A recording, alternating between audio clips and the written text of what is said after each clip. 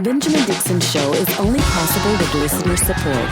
Go to www.patreon.com/The BPD Show. Haitian President Jovenel Moise was assassinated in his home last night, according to a statement released by Haitian Prime Minister. Then we come to the United States, in Minneapolis, Minnesota, where Darnella Frazier, the young woman who captured the video of the George Floyd murder, has announced in a heart-wrenching social media post that she too now has lost someone to police violence. And then we end this morning in Buffalo, New York, in a disturbing situation where a sitting incumbent mayor refuses to concede to a young black woman who beat him fairly and squarely in the Democratic primary race for mayor. All of that and more. But first, on the clock with Georgia Ford.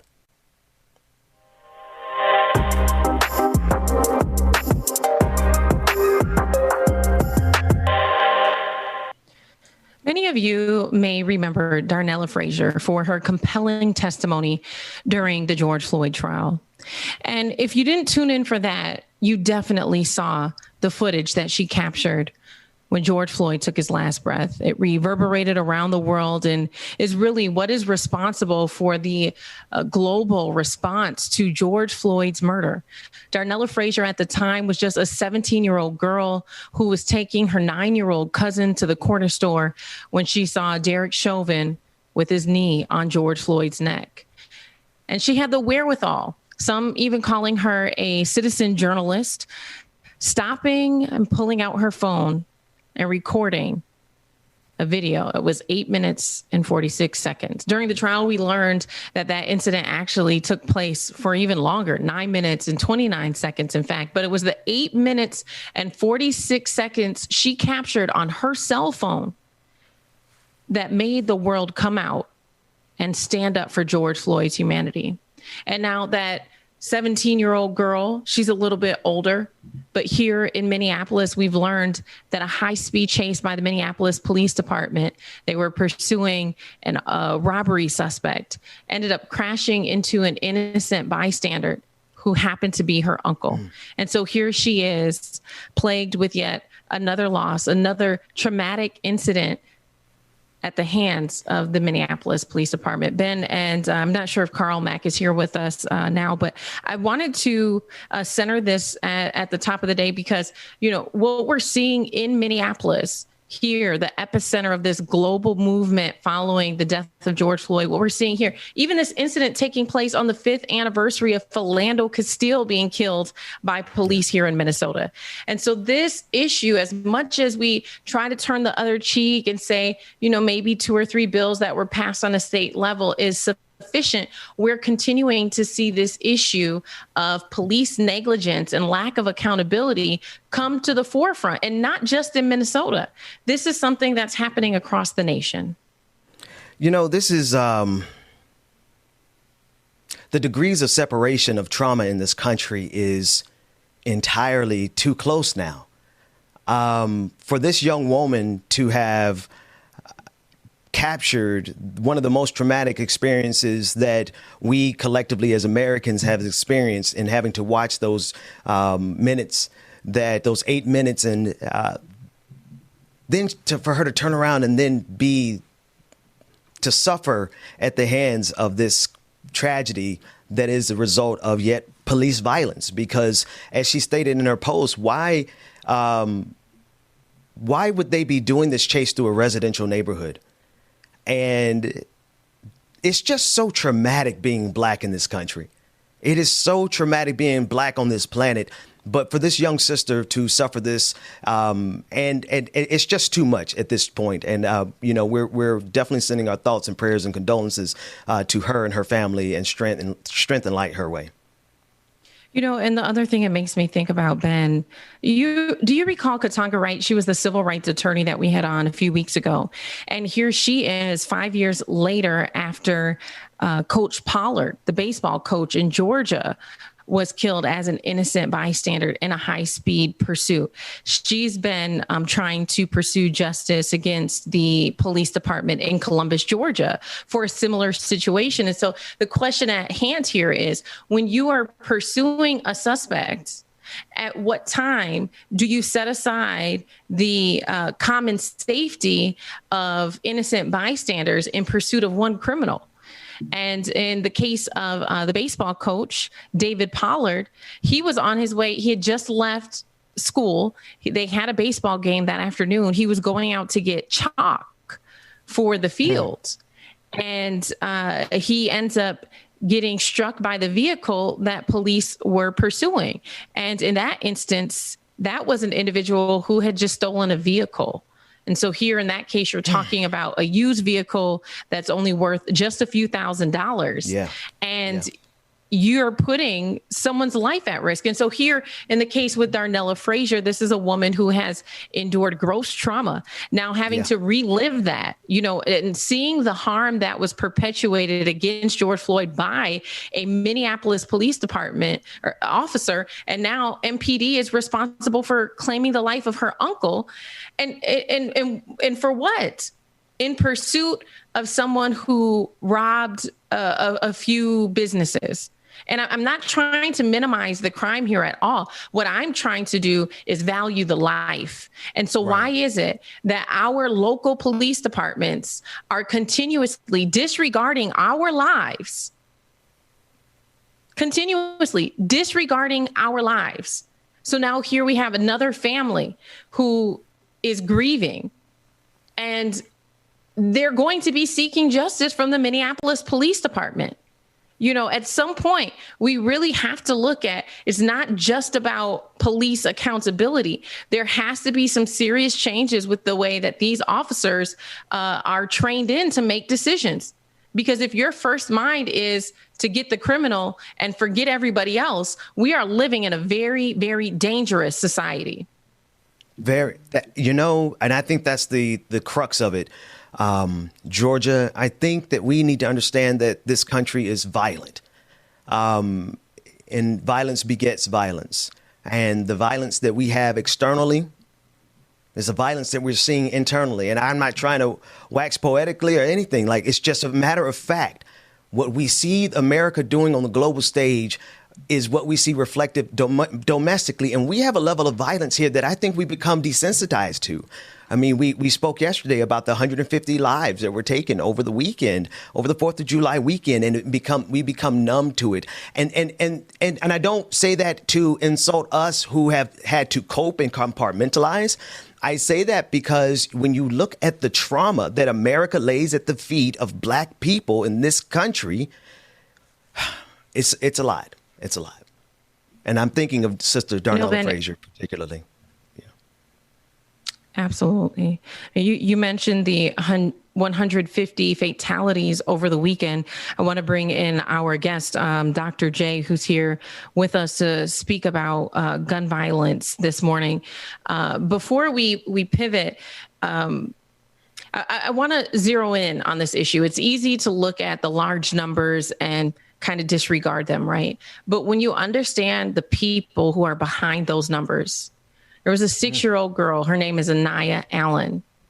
She was shot in the head while she was sitting in the back of a vehicle eating McDonald's. Take a listen to what her grandfather had to say as he continues to call out the person responsible for her murder.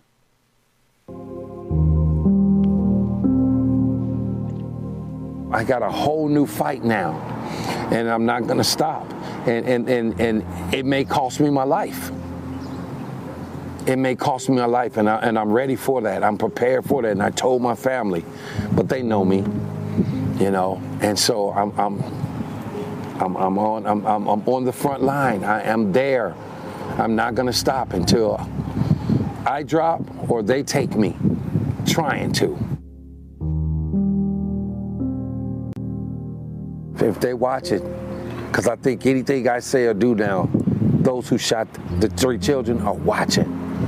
And I'm going to say to them again, turn yourself in. Make it right with God, the community, and our families, these 3 families. Turn yourself in. That is peace activist KG Wilson.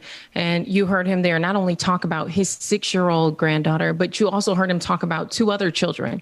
Trinity, who was 9-year-old, who was shot in the head and also died from her injuries. And then LaDavion, who is still fighting for his life. Those are just 3 children, right? And then over the weekend, 150 fatalities across the country, 400 shootings. Dr. J, this feels like a very complex issue because it's not just about, gun restrictions, putting those in place to prevent this from happening. It's also about attacking the root of gun violence, which a lot of people attribute to poverty and lack of resources.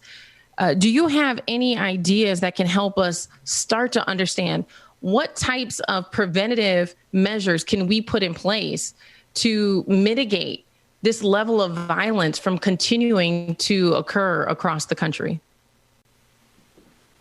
Yes, thank you. There's a lot that we can do, and I'm glad that you mentioned the root causes because that's where we need to look. Some of the interventions that are getting the most attention now involve having community members, people who are credible messengers in the places most impacted by gun violence, be involved in reaching out to the people who are most at risk of being themselves impacted by violence, either because they have been injured or we know they're involved in ongoing disputes, and making sure that they get access to the services they need, access to jobs and other opportunities, to counseling, because trauma is so deeply involved in the processes that produce violence.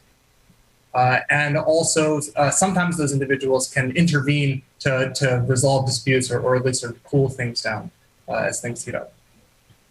And then in this case, we're seeing, at least for these 3 children specifically, where the murder suspect is still on the loose. We've talked a lot about the no snitching culture and how that can play a role in people refusing to turn individuals in.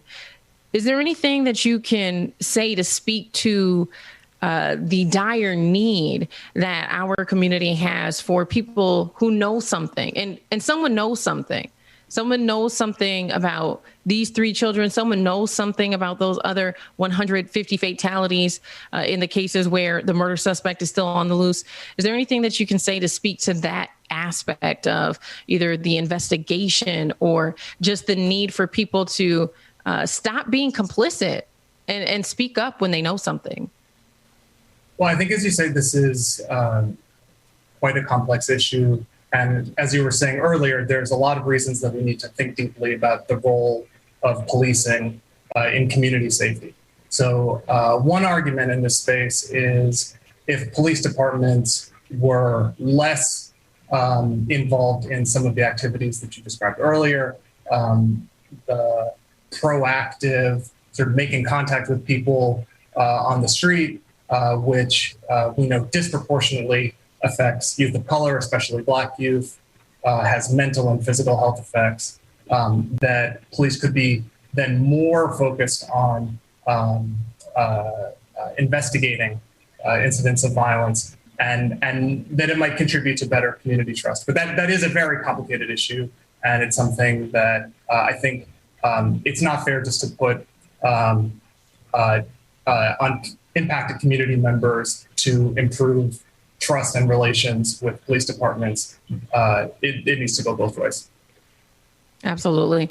And Ben, I want to invite you to ask Dr. J a question. I know we've talked about the complexities of this issue. Really quick, first, Dr. J, you're leading on this issue. You're an expert in this area. What are the things that we should be thinking about when we are talking about this subject and approaching the subject? Well, one thing that we see with the mainstream media is a really high level of attention to what are sometimes called mass shootings in public spaces, so that some of the audiences that I talk to have this vision in mind of gun violence, which involves young white man in his 20s or 30s going into a space and trying to kill strangers. But that represents a very tiny sliver of this gun violence problem in America, the vast majority of which affects communities of color, especially Black communities, and is driven by structural racism. So the concentrated disadvantage that we map onto race and ethnicity in the US. And what my lab has found in our research is that in addition to the pre-existing disparities across race and ethnicity, disproportionately affecting Black and Hispanic youth in their exposure to gun violence, those disparities have only gotten worse during the pandemic. So this is an urgent issue. It's a racial justice issue, and reinvesting in communities that have been disinvested from over many years is how we start to address those root causes. You know, I think this is, I think we have an opportunity to expose something here, because the general sentiment in the discourse, at least from our establishment, is that, you know, the police, that they are who keep us safe. But if we look at the over-policing in our inner communities and look at the type of violence that exists in our inner communities, something's not right there in terms like if that was true, then Black communities should be the safest because we're the most over-policed. Could you speak to that? I agree with you, and there's not much evidence that policing as it's traditionally practiced, or even some of the sort of newer strategies that police departments employ, that is particularly effective in preventing the most serious forms of violence. So I think this is a moment when we need to very seriously think about all of the alternatives that we have, particularly ones that don't impose additional traumas on communities, but in fact have the opposite effect of starting to heal and support the resilience of communities that already have had to be very resilient, more resilient than they should need to be because of the way that we've disinvested from them. And in that disinvestment, the conversation with some of our friends like Jim Clyburn, and not to pull you into any of the politics of it, but just in the logic of it. Underneath it, they're saying that it's absurd to consider defunding the police. But as I hear you saying, our communities have been defunded. The resources in our communities have been defunded. And it's because of the lack of resources in our communities that we see this type of violence as compared to the amount of money we are spending on policing agencies across this country. It's absolutely critical, no matter what, that we increase funding to the kinds of social services that people need, to education, healthcare, local community nonprofits. I mean, there's groups in every community affected by violence that are already working on this, have been working on it for many years, and could do much more with more resources. So I think that's the way that I look at the funding side of this. In addition to the physical infrastructure, I mean, we know that there is a specific, this is the focus of my research, there's a specific association between physically disordered, disinvested, physical urban environments and gun violence. So a vacant lot that becomes overgrown with weeds and doesn't feel safe to walk past, or an abandoned building, those places contribute to violence above and beyond the local levels of poverty and all the other factors. So addressing those kinds of factors we need to think about those kinds of investments as well. Absolutely. Dr. J, we want to thank you so much for joining us this morning. Ben, I know that you had some breaking news that just came in. If we can take a moment here to pivot to that. Yes. And again, Dr. J, thank you, because I think one thing that I want us to consider in this conversation about gun violence is the fact that we see this not only domestically, we see it globally. And I'm just looking at the situation out of Haiti, and we're going to be talking about that extensively coming up in the second hour. But the situation in Haiti where the president, Jouvenel Moise, was assassinated last night in his home, according to a statement released by the Haitian prime minister. There is video footage of what they believe to be the assailants, and we will be getting that video and making sure that obviously that there's nothing graphic in it, and we'll be sharing that with you throughout the day. We're also going to be speaking, obviously, with Rebecca Azor. She has been covering the unrest in Haiti for some time, the protests, the massive protests that have been taking place in light of President Moise refusing to concede power there in Haiti. So we're going to be covering this extensively throughout this morning. And it's just, Georgia, it's just a really violent time for Black people all across the globe. And I directly see it tied to the violence that we see at home. You know, it's interesting that you made that connection and drew out those parallels, because I see them also specifically in the protesting. Because really, at the essence, when you go out and you're boots on the ground, you're interviewing protesters, whether it's here, Haiti, or anywhere else across the world, the common denominator is usually liberation. People are fighting for their own liberation. People are standing up and saying that they feel oppressed. And I mean, it was so interesting because simultaneously, while there were a lot of protests continuing to happen in Minneapolis for George Floyd, the Oromo community, which I was not really tapped into here in Minneapolis, they were taking to the highway with their flags, and they were protesting and standing in solidarity with what was happening in their home country. And so we're seeing this all across the world, people standing up against oppression. And so the larger question then is about the government agencies that are in place, people speaking out in the ways in which they feel their government agency is controlling them or limiting their freedom, or just oppressing them altogether. And I know that you followed the situation in Haiti more often. Is that also true for what's happening there as well?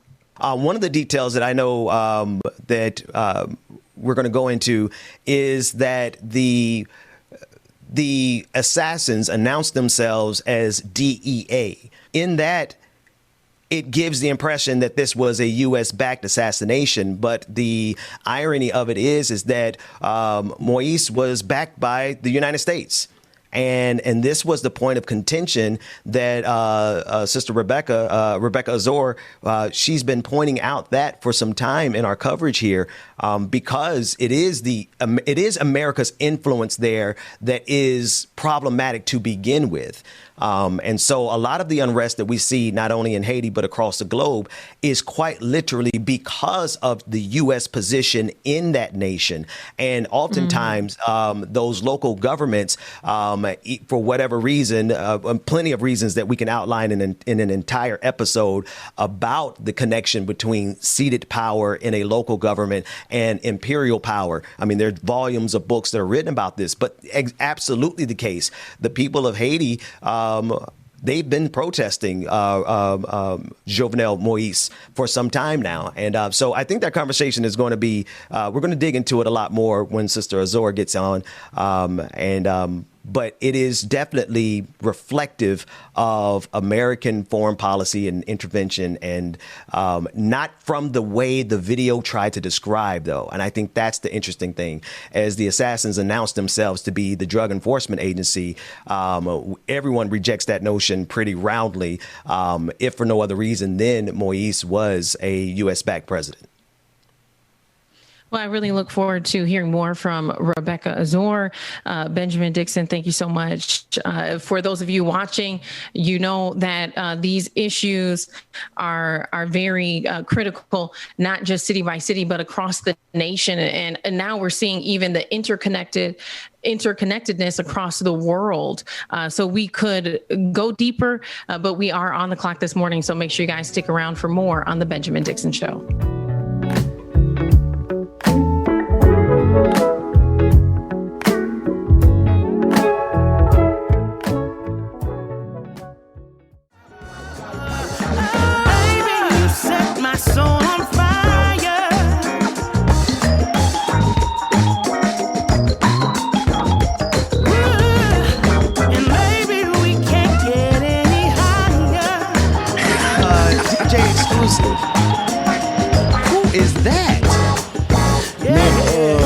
Lakeisha Nugget, I think it is. Let me see. Yeah, actually, Stur Zetterberg featuring Lakeisha Nugent. You set my soul on fire, man. I'm like that jam was pretty fly, man. That thing moved my spirit, man. Like, listen, if anybody ever want to know why we have music on this show, it's because if it wasn't for music soothing my soul, hello, somebody, we would have tore this place down a long time ago. Music soothes the soul. I don't know if that rhymes, but it's the truth. Like it or not. Like it or not. Carl Mack. Where Carl Mack? Where's Brother Mack at? Listen, return of the Mack. Return of the Mack. Yes, sir. Listen, man. We are covering some serious stories across the globe. And yeah, man. I know Rebecca is going to join us at 9:00 for Like It or Not. And I know she has full coverage of what's happening in Haiti. It is, no matter what, it is always disturbing when you see a global leader assassinated. When you see a black man assassinated. Mm-hmm. But then also the political complexities because of him being a US-backed president, which usually puts him on the opposite side of the bullet. But I digress. I'm sorry. Wait, that's for the other show. That's for the previous Benjamin Dixon show. That's when I would tell you that it's usually the presidents who are not US-backed who get the receiving end of an assassin's bullet. Yeah. That's just truth. Which is, this whole thing is really weird. It's fascinating, Brand. It really is. And I'm really, really ready to hear what Rebecca has to say about it, because when I came on this morning, when you guys started, that's when I saw the alert too. And I was, what the hell?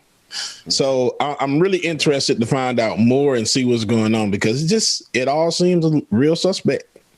It seems suspect on a whole lot of levels, and I don't think I'm qualified to parse it because I haven't followed it as much as Rebecca has. Agreed, man. Me too. And we're gonna table that until she gets here. That said, I do want to cover something that I'm covering very, very, very closely. Good morning, Mayor Byron Brown in Buffalo, New York.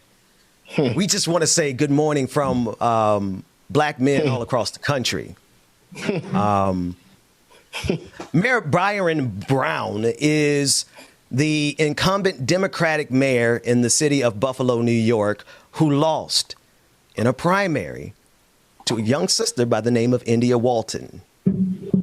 Now, many of you probably already know who Sister Walton is. She is a dynamic firebrand who has risen from the same struggle that black people have dealt with in this country since time immemorial. Like, this sister came up the hard way and she won the primaries. And this Democratic mayor refuses to concede. And not only does he refuse to concede, he's mounting a write-in campaign against, you thought it was going to be a white man that came up on the screen. No. Right. It's a black man who is doing this to a young black sister in Buffalo, New York. And he's using the same exact language.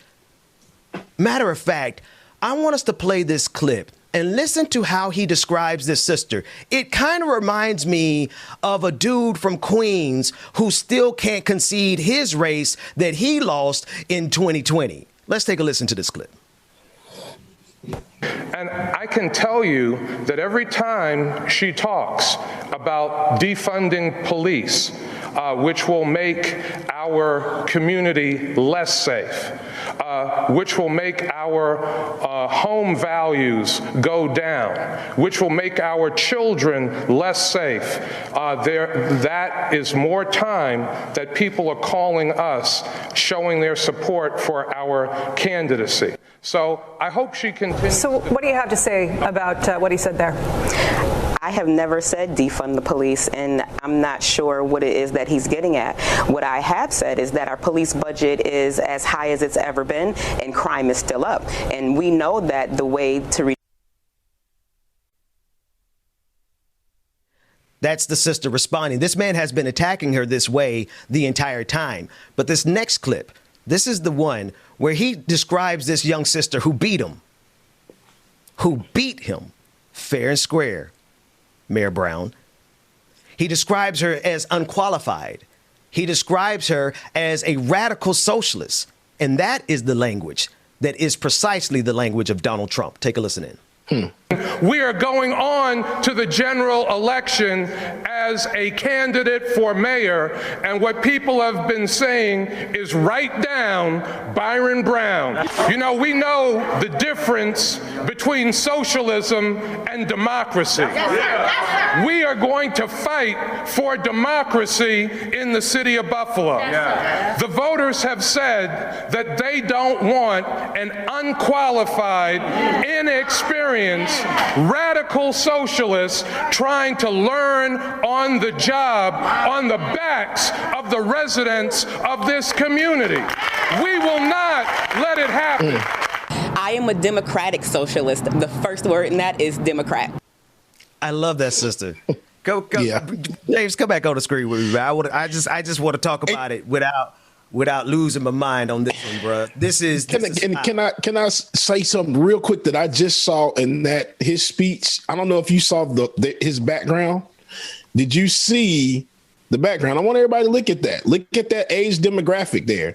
These are those, and I hate to say it, the old Democratic people, the ones that are, almost on the damn side of the Republicans. That's what that looks like. It's that the older generation, man, we got to step aside and let the young generation start doing this thing. They say she's inexperienced and unqualified. Bro, what have you done for the community? What have you done for your community of all these old folks? I'm sorry to say it like that. The apologies to my senior citizens, and I don't mean it like that. But let's look at it. Look at that demographic on stage right now. But also look at the demographic behind, like look at the folks behind him.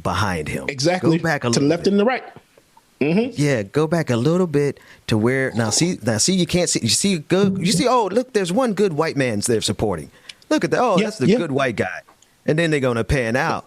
And then as they pan out, you see it's not just one white. This man, hey, listen, I'm sorry, but I'm not going to jump and attack a young black sister on behalf of no white person. No white folk. At all, man. We get it. When you got Kellyanne Conway sitting over here to the side supporting you. Come on, man. Come on. But I got a problem with Mayor Brown.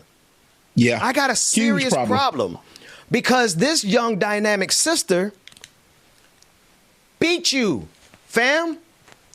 Fair and square. Fair and square. And here's the problem I got. I was talking to Sister Noah Chunga, and she's been like, she's like, y'all know, if y'all know Benjamin Dixon, you know what Noah Chunga, y'all know we're the Wonder Twins. She's been covering that race extensively. And she told me last night about all the different moneyed interests that are behind Mayor Brown and how they're especially against Sister Walton, India Walton, because she does identify as a democratic socialist, because she does want to do something good for the people, because she does want people to have health care. Like, can I just ask black folks a question real quick? Could you not use health care whether or not it's attached to your job? Like, can we just, because this is what the sister is fighting for. I just want to know, has there ever been a time in your life, black folks, that it would have been easier for you to live if you didn't have to keep a raggedy job for the sake of your health insurance? This sister is fighting so that you never have to do that again, so that you don't have to stay at somebody's corporate slave warehouse manufacturing. You're just wherever you're slaving at because you have to keep your insurance. What would you do with your life if you didn't have to stay bound to a job because of insurance? That's what this sister is fighting for. That's liberation. That's freedom. And Mayor Byron Brown not only is trying to keep that freedom from you, He's also doing it using the language of Donald Trump. I want to play the clip again, because listen to him saying, like, some people say, he said, people have been saying, write down Mayor Brown. It sounds exactly like Donald Trump. Run the clip one more time. Just like him.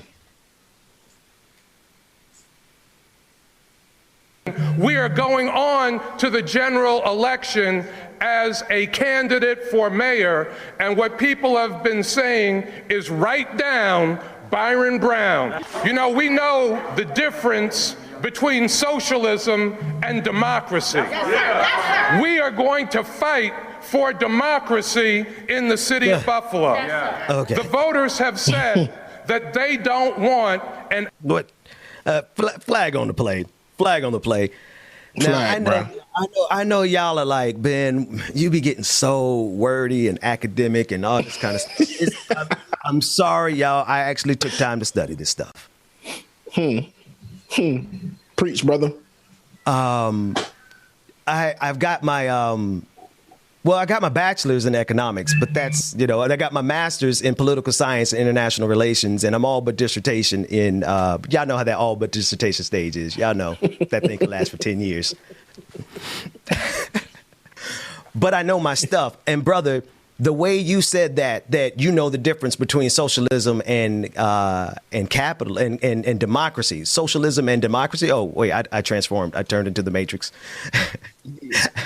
So, sorry, if you're watching live, we'll edit that in post. But right. Listen, the fact that he said he juxtaposed socialism with democracy tells me that he has no idea what either is. Tell me which one it is, Mayor Brown.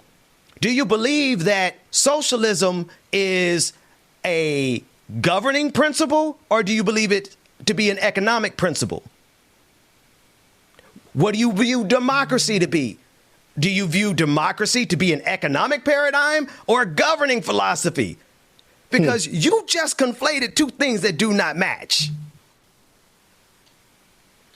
Democracy is not an economic paradigm, Mayor Brown. And this is something that I'm quite sure that Sister India Walton can tell you about even better than I can, because she is a democratic socialist. The first word in that is democratic. But I don't think she should have to. Here's what I'm talking about we got to do. She should not have to say another word to this brother, because she already beat him. Am I right about it? She already beat him fair and square. You lost, dude. And now you're trying to mount a write-in campaign? Nah, we're not doing that. So I want everyone who's listening, everyone who's watching, I want right now and for the rest of the day, this is an appeal to your leaders. This is an appeal to your leaders. This is your right to search for yourself Mayor Byron Brown, who is the mayor of Buffalo, New York. And this is your chance to search for yourself how to contact his office and how to let them know how bad faith this is, how Trumpian this is. This is the epitome of the January 6th. This is the denial of a fair election. This is to say that he did not get his way, and if necessary, he's going to march up the steps of the Capitol on January 6th and seize the office of the mayor in New York, Buffalo, New York, whether you like it or not. I think we should have a problem with that. Yeah, absolutely.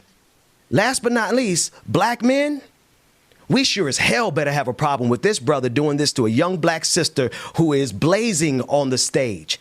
How few and far and in between do we get the opportunity to celebrate a black woman who seizes power through this system?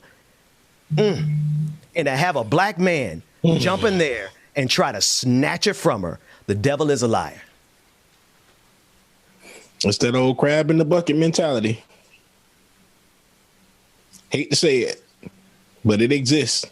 It really does. It does, man. I called his office yesterday. I'm not playing with you. I'm not playing with you. What was the result? Any outcome? Did you get him? No. They stopped answering phone calls.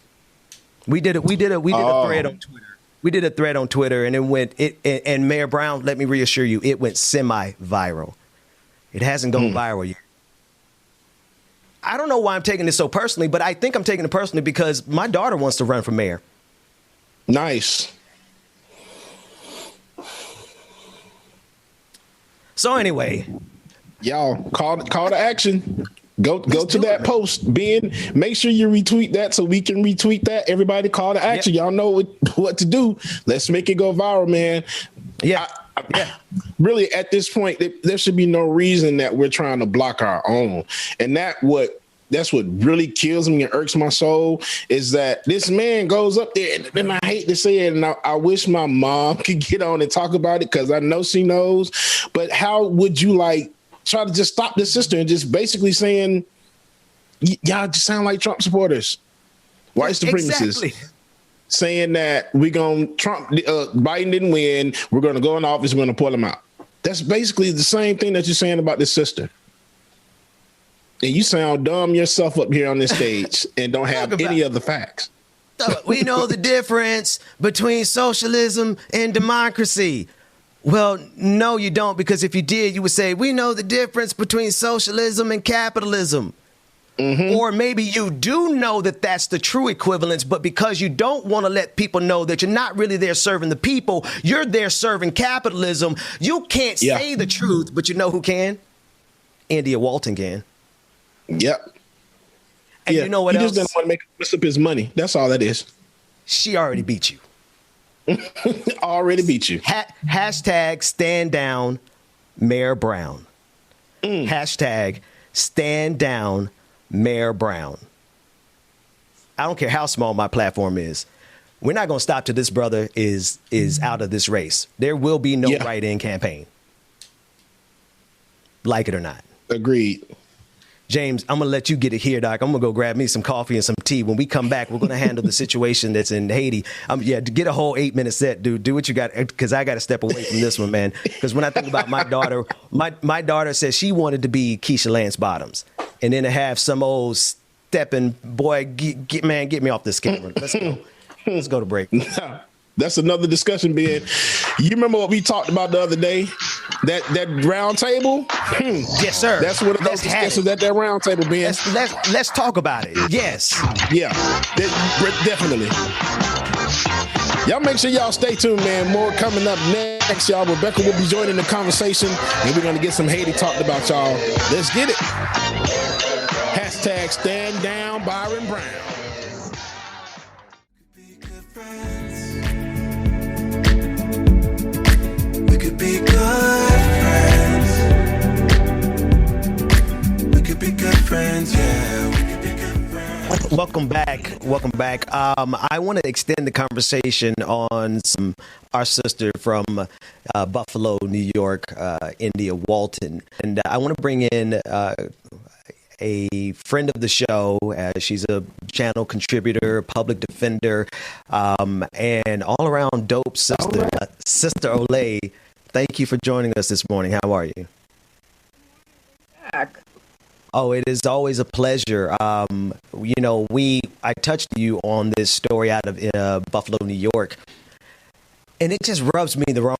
It's just something about it, and what else rubs me the wrong way is that ever talking about it, because if we got the big lie in Donald Trump, do we not see that in Buffalo? Yeah, no, you're absolutely correct. It rubs you the wrong way for again. I actually was watching them discuss that on the Rational National.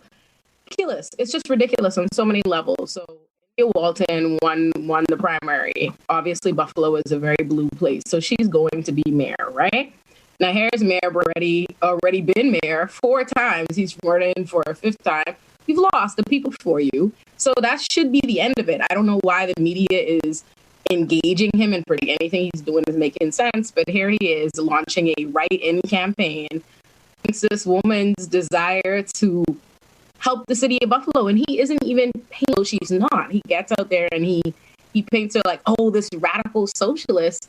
And first of all, he doesn't define socialism, but in any event, if he's trying to make it this big scared, it's like, oh, so she wants to help the people of Buffalo. She wants to give them more control of the means of production and money and resources, and she believes that, they're citying them. So scary. So it's just ridiculous. If I if I were to cut, if I were to cut through all of it and get to the bottom line, and I know you can go here with me, isn't it just crazy that we have some black who will sell out black people on behalf of capitalism? I mean, listen, just gonna cut it. Capitalism and power, and for individual power at the expense of you. Make sure you gather them completely, because like I think what it really boils down to is entitlement, and I think that's what happens when you play a white man's song. I don't have time to mince my words, but that's what happens, right? You've already been times. The people have decided they're done with you, right? They think that they could get progress. There is a black woman in the same party as you, trying to move towards more civ means, and that's an issue for you. So you as a black man get up there and start demeaning her and attacking her and diminishing her in the same empty way that conservatives would do if they were talking about you. It's wild. It's wild. It's not that shocking, but I think it's interesting the fact that because he is a black man doing this to another black woman, it's not being portrayed the way it would be if he were a white conservative or a Republican doing it, but he's behaving in the same manner. That's the science. That's the science to it. And that's the malicious, that's the insidiousness of it. That's the word I was looking for, because he is behaving and carrying himself towards this black woman in the same exact way white supremacy would. He is literally doing it in the same fashion that Donald Trump would, with the same absolutely big empty fear-mongering. Exactly. Like, oh, this radical socialist, she wants socialism and we're fighting for democracy. And I'm like, first of all, the woman is a democratic socialist. That's one. Second of all, define it.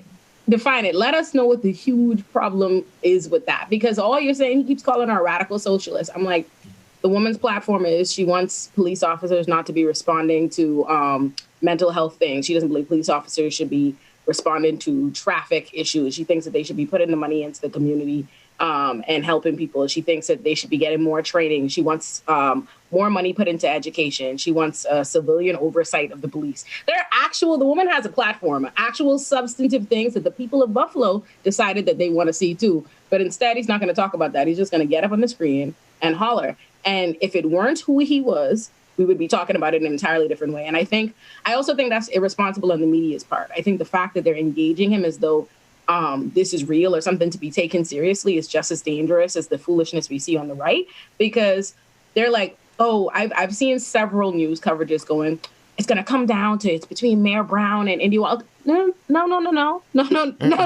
had a primary. No. The woman already won.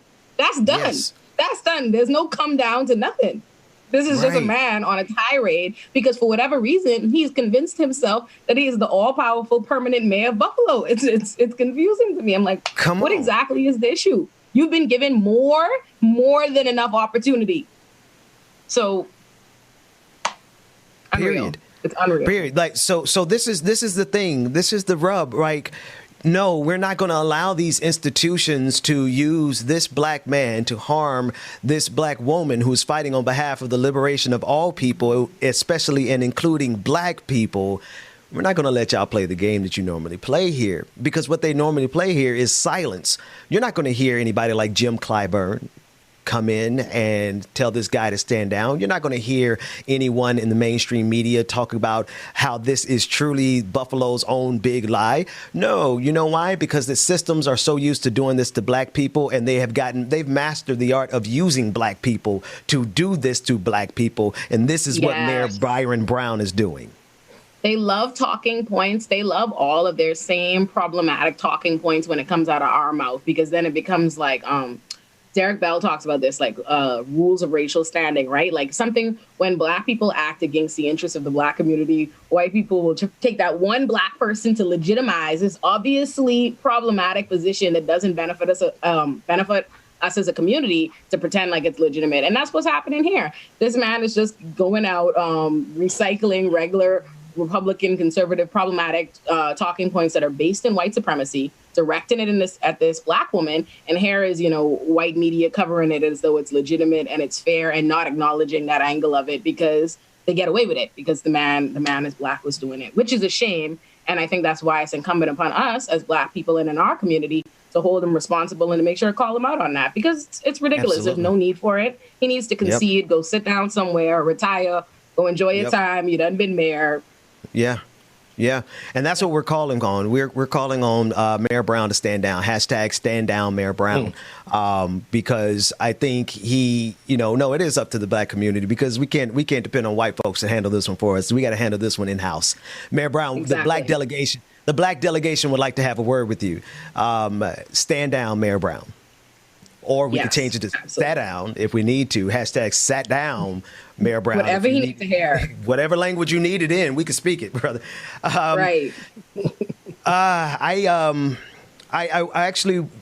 glad that you're here this morning, because there's just so many stories that we're covering that just focus on the black trauma. There's just so much trauma. We're looking at now Darnella Frazier,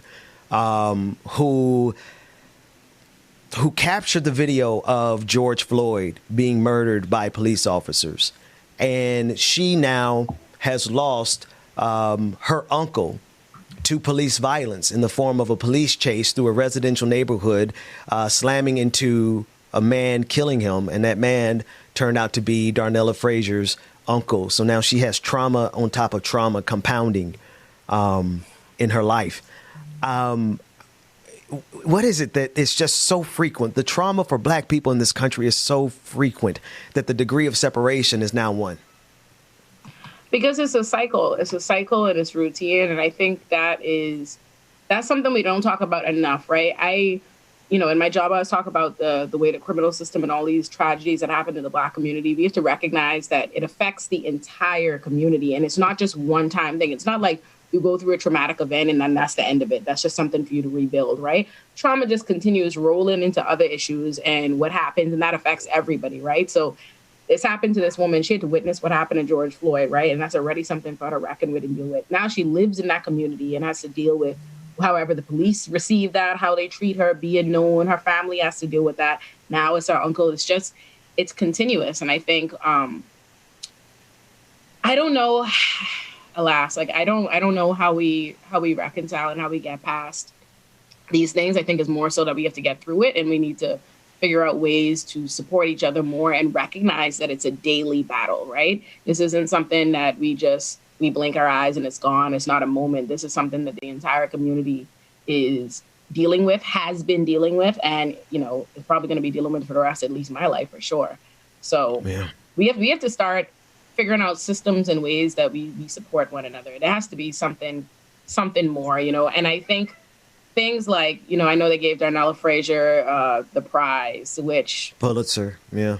Yes. They gave her and I don't know how to characterize that, but that's not the support that we as a community need to figure out something else. How else we uplift this young girl, and how we uplift everybody else, because we know about her and we know about that case and we know about these different things, but there are so many police brutality cases, so many families and communities and all these people. It goes outwards. It's not just this individual victim. It's not just the person you heard about. It's the entire community is affected. So we have to figure out ways that we uplift and support each other on a daily, because these things contribute to more violence, more problems, more psychological trauma, and as our community gets locked in these cycles.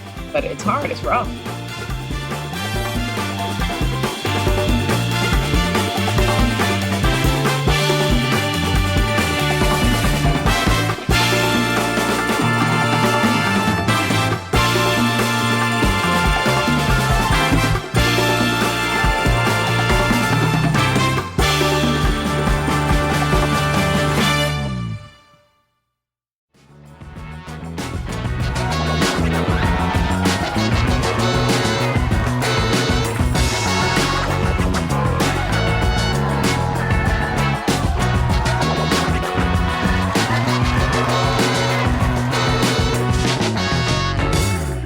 We covered it on Roland Martin last night. The police officer pled guilty to manslaughter. Is only going to receive 3 years. 3 years for the life of a black man. And to hear the mother, the wails and the screams of the mother as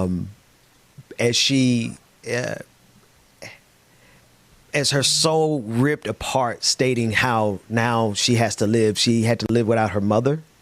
She lost her father, but now she has to live without her son. And in this case, the police officer shot the man in the back as he ran away. And I don't have it. My producers will get me the name and the state. We'll get all the precise information for those who want to know the exact story. But the story repeats itself around the country too many damn times. Right. It could be so many. That could be so many stories. That could be so many stories.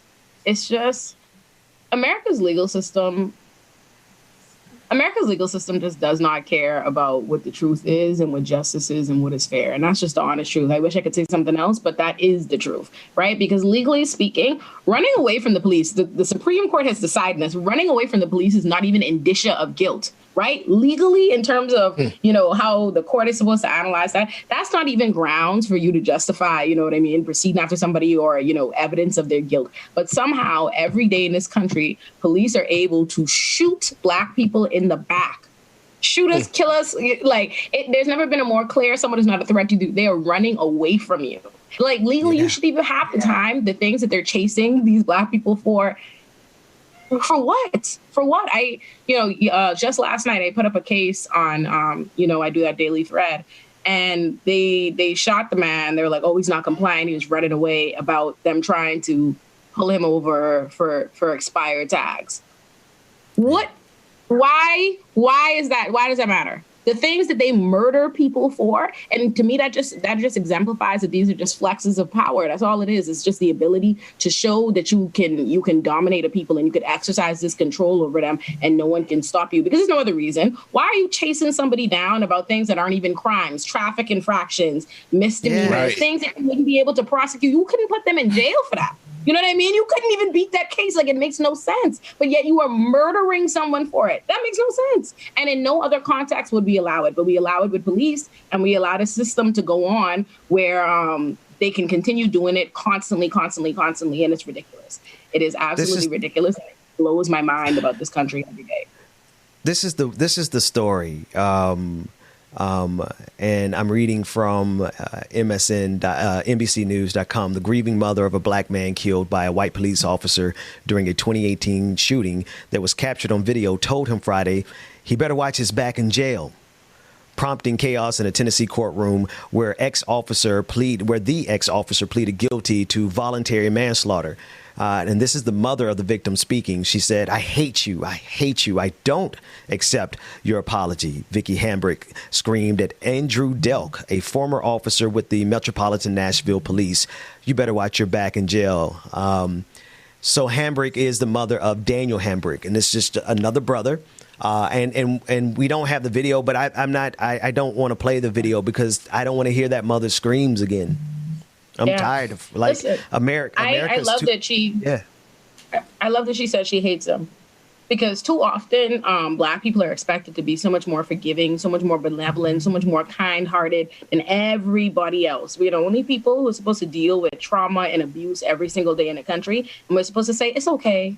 Join hands with me. It's fine. No one else does that. Everybody else, anytime there's a crime committed against anybody else, they can't wait to trot out the white victim to go on a long tirade about how this person needs to go to jail long ago. Well, look how my family's been affected. Yeah. But anytime as a Black person, we're supposed to come out here, get real religious, soft, forgiving, and all of this. So I appreciate that Black woman allowing herself to feel her emotions and say, you know what, I hate you. You took my son. Yeah. And that's her right.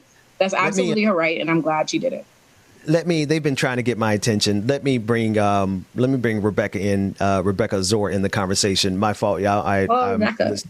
The story is the story of this mother, and just listening to her screams kind of like just really threw me.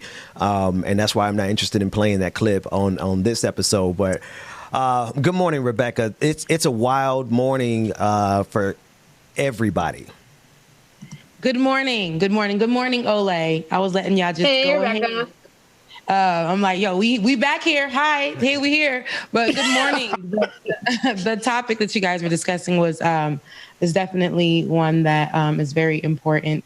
I actually wanted to jump in on when you guys were talking about the Buffalo mayor and how the mayor who has held that seat for a minute is giving her a lot of pressure. and trying to have her stand down. But Ben, you're telling him to stand down. Mayor Brown, stand down. I think that's so cheesy but funny. It's good. Yeah. It's good. It's good. Oh, well, it's in response to it's in response to him in his little speech. He said, "Write down, Mayor Brown." I said, "Okay, champ, stand down, Mayor Brown." You want to play this game of semantics and words. We got you on this one, brother. Yeah, slogans work, but sloganeering, right? Sloganeering. But it's like it's one of those things, and it be your own people. We discuss this all the time. It be your own people. I remember us covering her winning, and it was what caught me by surprise was that he didn't even want to debate her. He didn't even want to have the conversation. He didn't think that she was worthy of it.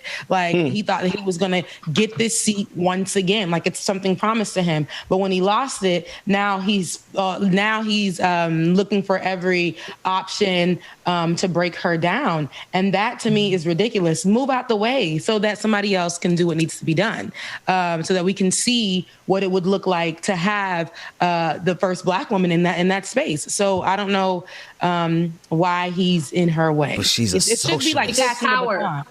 Yeah. Because power. I think we see it so often and we don't call politicians enough on it, that they just do things because they want to be in a position of power. It's really no different than Andrew Yang just bouncing around all around the country trying to figure out what he could win. You know what I mean? They don't care what it is. It doesn't matter. It's not a genuine desire to help the community. It's just, here is an opportunity for me to be in a position of power and let me get it. And in his case, he already had it. And so he extra feels entitled to it. And he thinks it's just supposed to be for a forever thing. So he doesn't really care it's not about India Walton. It's about, whoever it is. He doesn't think that they are worthy. He's supposed to occupy the space. The only difference is because it is India Walton, because it is this Black woman, because it is this person, he's able to attack her in a different way and, paint it as something else. So even when he was like, in his little rant, he was like, "Oh, the people of Buffalo have spoken and they don't want an inexperienced." I was like, the people of Buffalo that voted for her? Those are the people that have spoken and said they don't want her? He's like, "Oh, they don't want this inexperienced." I'm like, I'm sorry, who would be more experienced than the man that's been sitting here occupying the space for 4 terms and they done told you they don't want you? Go somewhere. You want that's just how they are. I think it's just entitlement. That's what I was saying to Ben earlier to me about getting caught up in this white man's game of, here is the seat. This is mine. I deserve to occupy it. It belongs to me. And I think he's forgotten it does not belong to you. And I think that's what the people of Buffalo get, that India Walton does get. It belongs to the people. They make the decision. And that's what she wants to see happen. She wants to give the power that you have given to yourself and corporations and all the other people that you have in your pocket and your camp. She wants that to be given to the people of Buffalo, and they want the same. And he doesn't want to accept that. Yeah. And it's funny because you said something key there. Like, the seat ain't for you. Listen, when you take the seat, you're representing the people and the voices of the people. And these, the people who have been embedded their booties in this seat, they literally feel like, since I've been here for so long, it should automatically be given to me. This woman is inexperienced, so she doesn't deserve. But it's like, well, the people have spoken, like you said. They ain't say they ain't want her. Clearly, they want her because of the results, right, of the race. And now... the voting is very important, and the people came out and voted a totally different way than what he expected. And I think that the more that he pushes her, the more she's gonna push back. And this is the thing about these Black women, especially nowadays. Like, there's no. She's not going to stand down to him, and she's going to keep on pushing. And then when people find out about that her story is so much more relatable, you that's going to be something where the people be like, "Oh, nah, she was a whole nurse. I'm a nurse. She got kids. I got kids. She's fighting for something. I'm fighting for something." So, yeah. All they do, people so many times, they create the adversary that they most fear, If you think, first of all, she beat you without you even having her name in your mouth. You know what I mean? She beat you then without the attention. So now she's already beat you. And now you want to be on this campaign talking about her. And all you're doing is drawing more attention to her and her excellent platform, like you said. I'm like, this is a woman who, gave birth to her twins and then went back and decided to be a nurse in the exact same place where her twin boys were in the NICU. And survived, and she does that work. And you're only drawing attention to all the community work she's doing because you say something like radical socialist in the year 2021, and what I hear is oh, let me hear this lady want to help somebody. You know what I mean? Yeah. And you have a community of lackluster people standing behind you. Nobody behind him was looking like the Beehive. You know, no one looked like they are his. He looked like these were some people outside and like, listen, we'll give you $5 if you stand right behind me right quick for the speech. That's what it looked like. And I'm like, sir, you should go out respectfully. You know what I mean? Like just go out on a high note. They don't do that. Like, they just don't do that. What I said was, Olay, they look like that. Those were his voters. If you look at that, they're older, much older, senior citizen community. And of course, you got Kellyanne Conway that was on the other side of him too. It's like these white Republicans, like he's just like, okay, let me just go ahead and get this little bit of these white folks up here because these are people that vote for me because y'all just you playing that part, Uncle Tom. Right. And it's a terrible, honestly, it's a terrible selling point because I'm like, who are you? Like, I would love to know who is your audience, right? Who is the audience? Because the voters have already voted, right? And who are you speaking to? Because if you are a Black man standing up, you know, criticizing a Black woman and surrounded by you are, you know, confused looking white people and, you know, some older Black people, I'm like, who are you selling this to? I'm just like, it's unclear. Yes. I'm like, I can't be your target audience here because you are not convincing me. I feel distrustful off rip. You know, when I saw the video, I'm like, this man is a Democrat because this is serving me strong Republican energy. It's giving. It's giving very conservative. It's giving like you know, them old heads that literally feel like everything be dropped into their lab. They don't know how to work for social media. They got somebody doing all the work for them. They have not. There's no innovation. They're stuck in the same old. That's what it's giving me. And that's why he doesn't want India Walton. That's why he doesn't want her at all because he knows it's going to be fresh. It's going to be new, and it's going to be. And even her campaign itself worked itself out through social media because a lot of people didn't know who she was before she won, and until she put out her information on social media, it got to the hands of somebody. We let that thing go viral. It was like a Black woman. Oh no, Black woman won. Like it became something big because this is what we want to see, and we want to see relatability. We want to get people who actually understand the struggle, who can feel, who can understand, who can be right down in the trenches with us, and we want to actually see her benefit and come up from that. You know, an actual member of the community. Yes, an actual person who understands, like, hey, yo, what it feels like to have, like you said, kids in the NICU, to understand what it feels like to live paycheck to paycheck, to understand what it feels like to maybe possibly not get medical attention that she needs, even though she's a nurse, right? So all of that goes into play, and she's thinking about the people, and that's what I like to hear, even what she stands for. If you go and check out her website and what she stands for, and then you go to his is very general, and hers is very specific to the people. And his just talks money. That's it. It just talks money and the people he's in bed with. And I'm like, you're only really just proving the point, right? Like you have a whole website and thing, and it's really just talking about the corporations and the developers and the whoever you in bed with. But what about the people? And that's the difference between their platforms. But I think the reality is his own discussion is very telling on how he feels and what he wants, because the man, he doesn't say write in Byron Brown, he says write in Mayor Brown. Like, it's very clear he has infused this with his identity. He thinks that he is the permanent mayor. This is his spot, and how dare anybody challenge him for it? Sounds very Trump. Sounds very, very Trump-like. And that's very much so.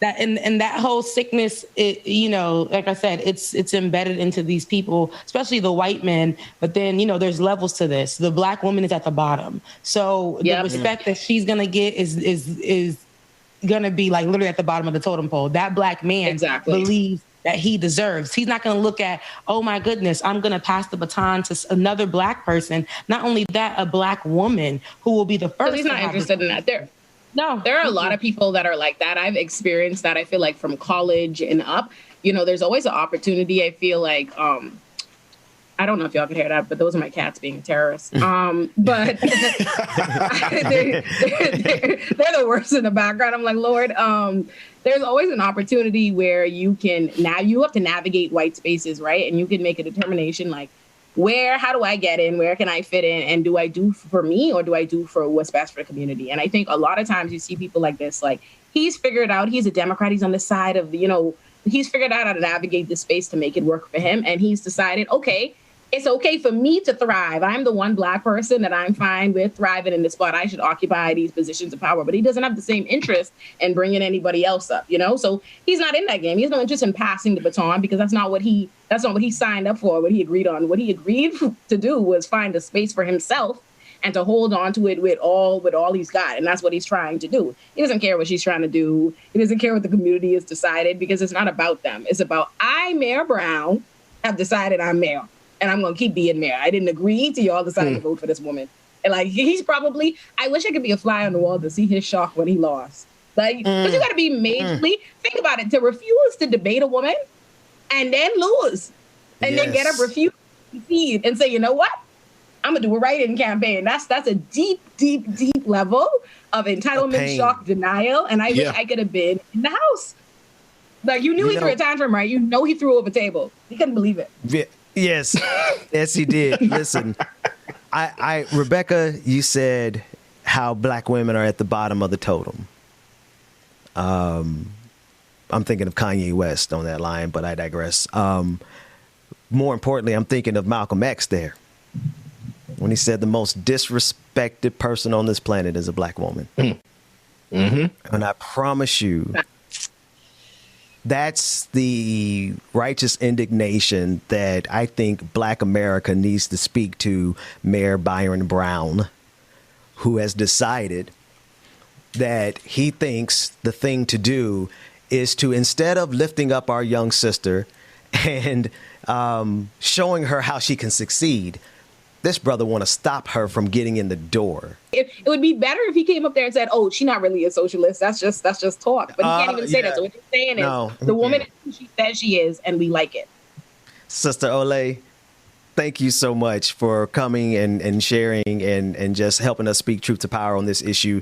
I'm not going to let it go, so I'm gonna reach out to you, and we're gonna keep putting pressure on this brother. Thanks so much for joining us. I got this you. morning. Thank you. Don't forget. Well, don't forget, Ole. I don't know if I missed it because I was on vacation.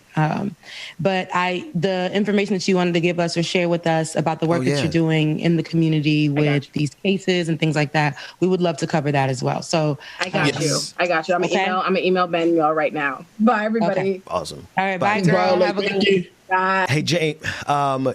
Folks, we're going to take a quick break, make some quick adjustments. When we come back, Rebecca is going to give us this the coverage on what's happening in Haiti. We've been following it all morning. The breaking news that the Haitian president was assassinated in his home last night, and that's according to the Haitian prime minister. We're going to take a quick break, more like it or not, after this. Working on that cause my mind is on an island. Told my babies I'll be homeless, so don't stay up. Breaks my heart to see them sad, so I won't wait up.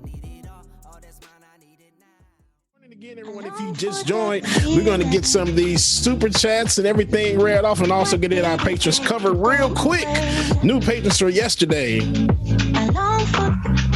All right, we have Latif M, who joined the BPD Patreon and also increased their pledge on the Lion Patreon. Shout out, brother Latif. Latif is one of our faithful watchers, man. We appreciate you, brother. Nat A, good morning, good morning. We have Corrine R. New Twitch subscribers, we have username is Media, subscribe with Prime. Late Bloomer 65, subscribe. NZ Cassie, subscribe. Limitless 326, subscribe with Prime.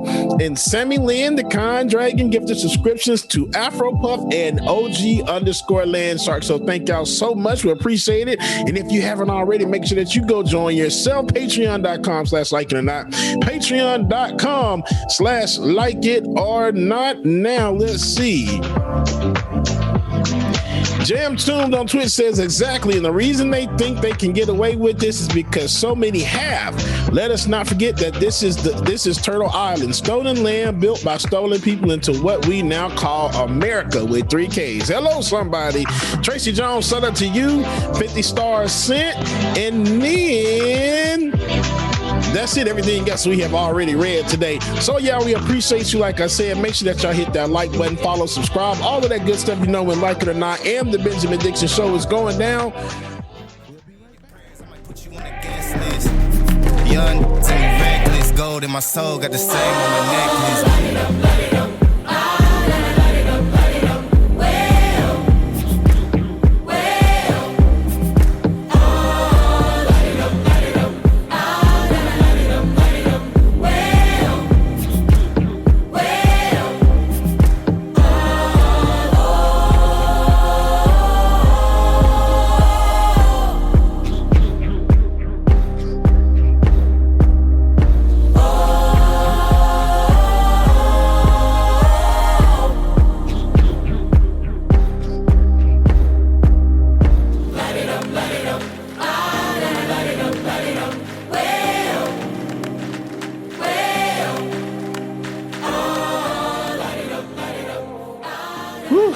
Okay. I like that song. I like that. Me too.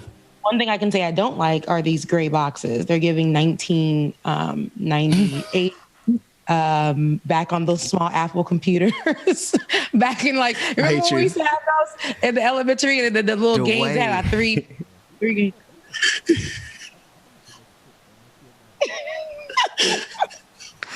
Dwayne, I knew Dwayne was coming. It's all right. So that the people know what. Is it possible to switch to the orange boxes so people can? I'm gonna switch. I'm gonna switch in a minute. But Rebecca be saving her comment, and I know we're still in the main show. We about to get to some serious stuff, but Rebecca be saving her comments until we go live. You had 5 minutes to say that in the background. Yeah. You know what I mean? But you just gonna wait, and then you just gonna throw just the bus. You just ran me over, and then you put it in reverse and put it in reverse, Terry, and just backed on up. Come on now. I'm so happy. Put it in reverse, Terry.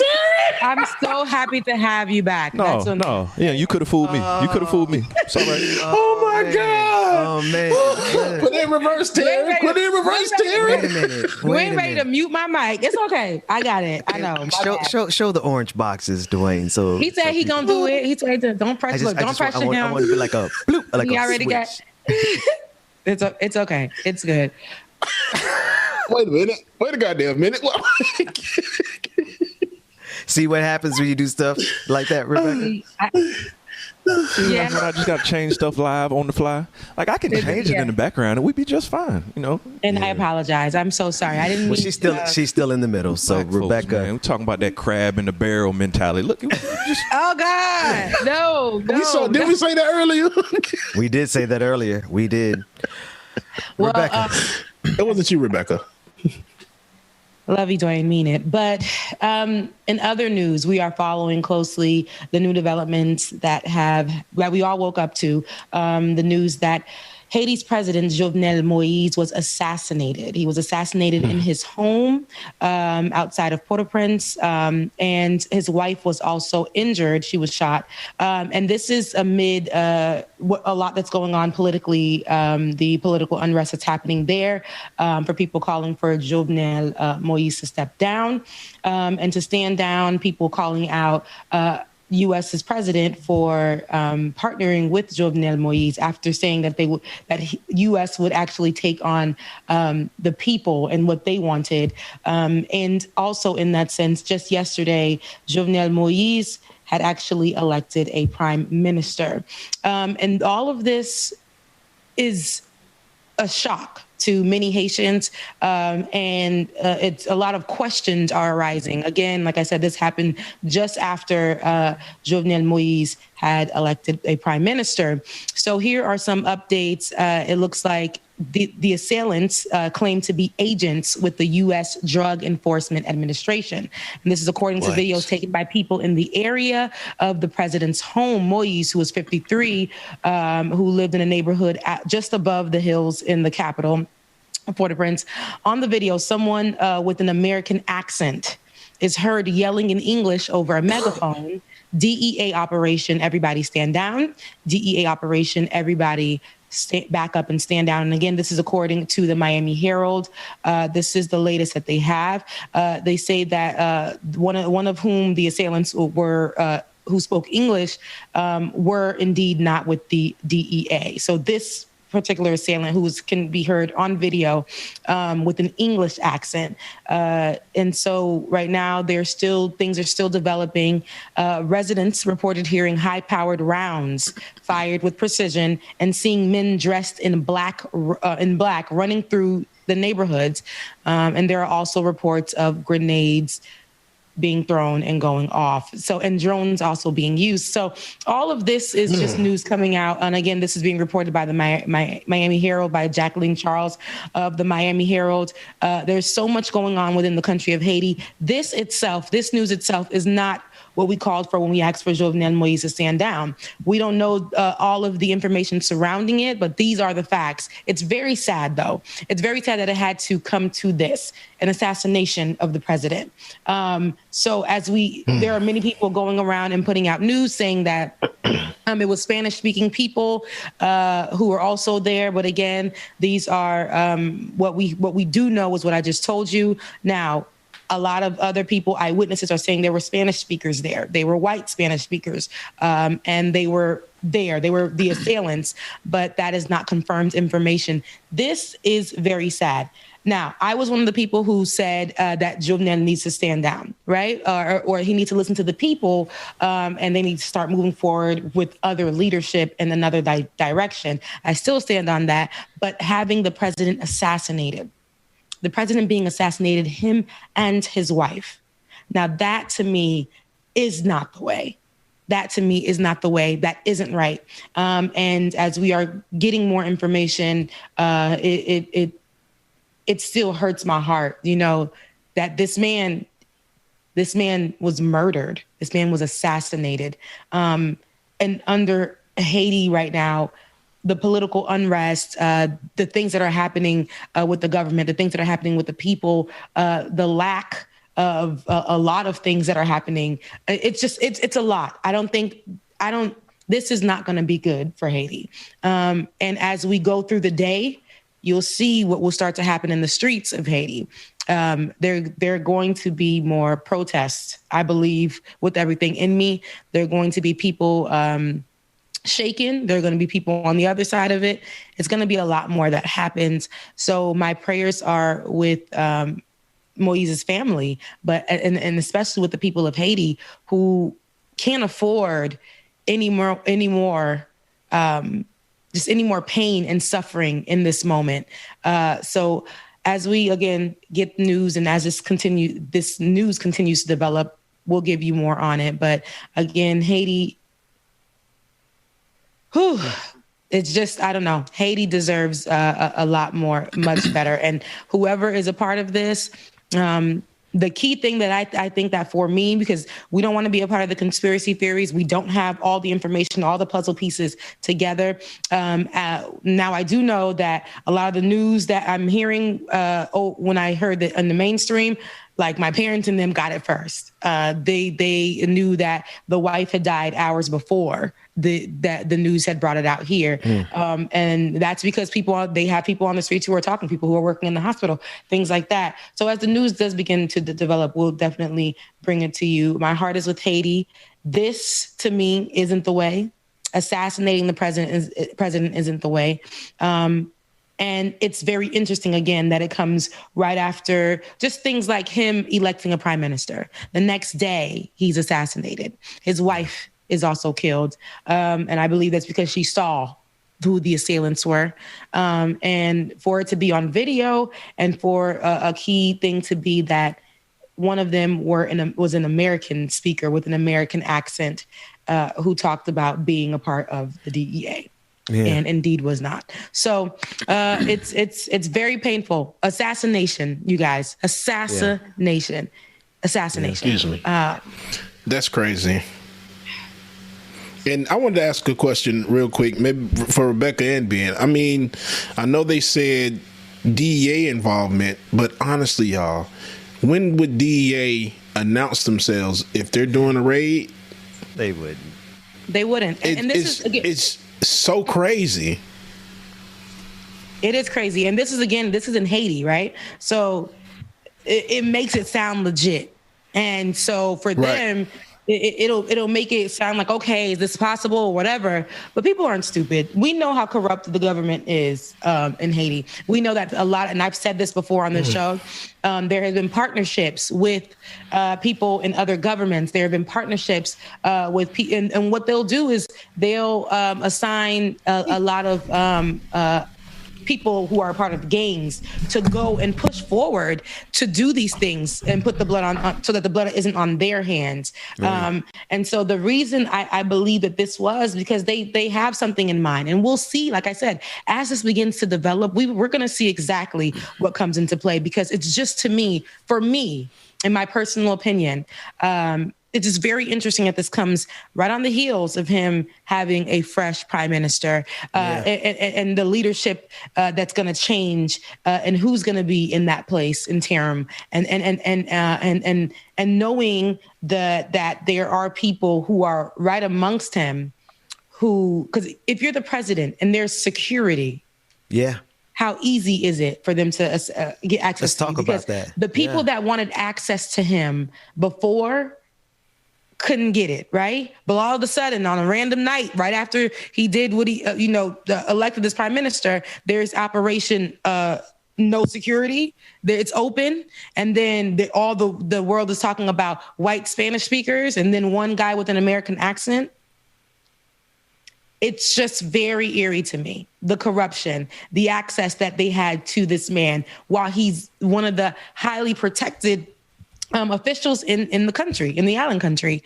It doesn't make any sense to me. And we know, my parents have been talking about it for years. I've been talking about it. As beautiful as my motherland is, the only thing we know when it comes to our government, we know when it comes to politics in that country, it's very shady. The police themselves will partner with gangs in the streets and supply them with guns. The government themselves will partner with gangs in the streets and supply them with guns. People in places where they don't got food, but they have guns. Okay, and then we'll turn around and say, the country is bad. There's so many of this, there's so many of that, and the governments that supply them with guns sometimes aren't even the Haitian government. There are governments from other partnering countries. It's to keep Haiti in this particular turmoil so that they can continue to do what they're doing, funnel whatever they need to funnel through the country, get people in a powerful position that they've promised. If they, all kinds of things are going on within the country. And I believe that Jouvenel Moise has been caught in the crossfire of all of that.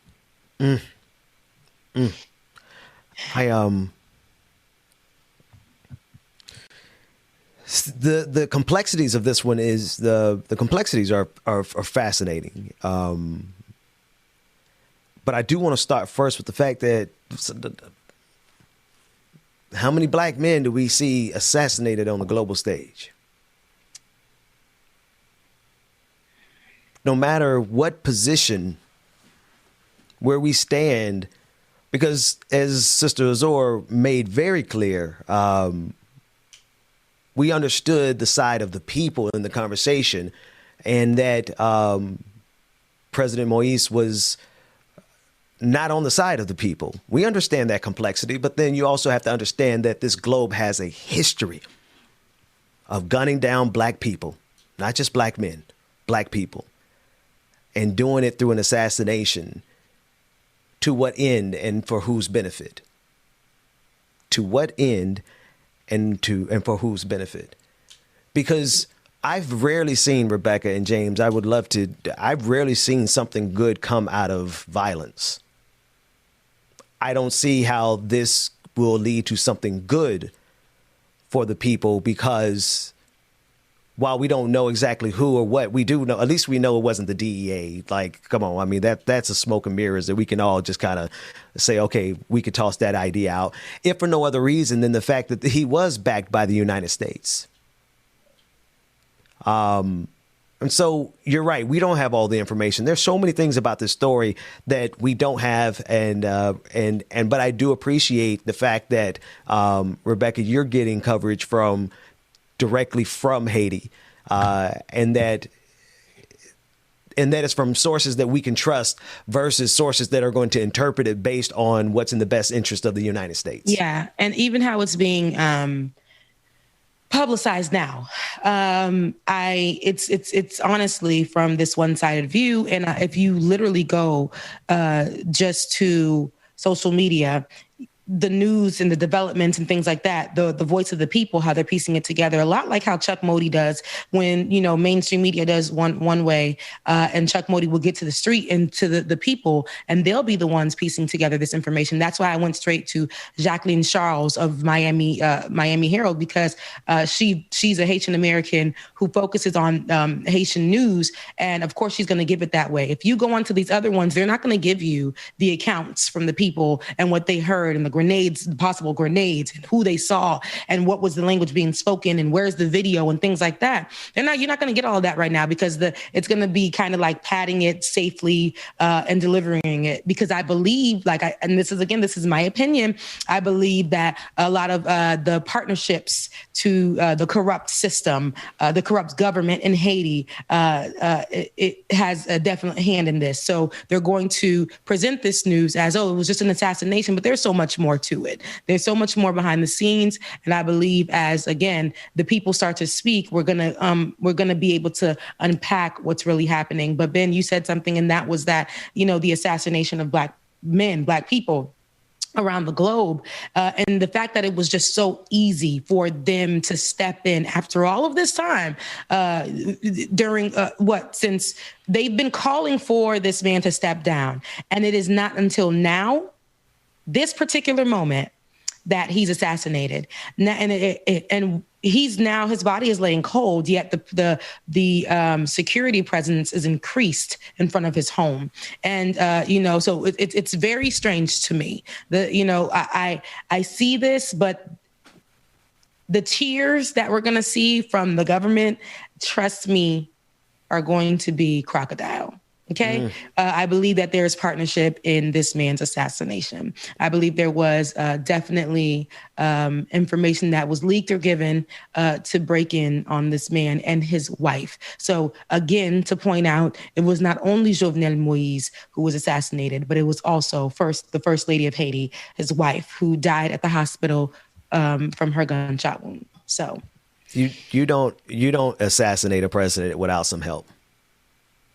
It just doesn't happen. Because they could have got to him a long time ago. The people wanted him. Okay, the people on the streets wanted him. Do you understand? People on the streets ain't scared. And people, what they got to lose in Haiti, right? That's how they see it. What do they have to lose in Haiti? But all of a sudden, his security presence couldn't stop what was going on last night.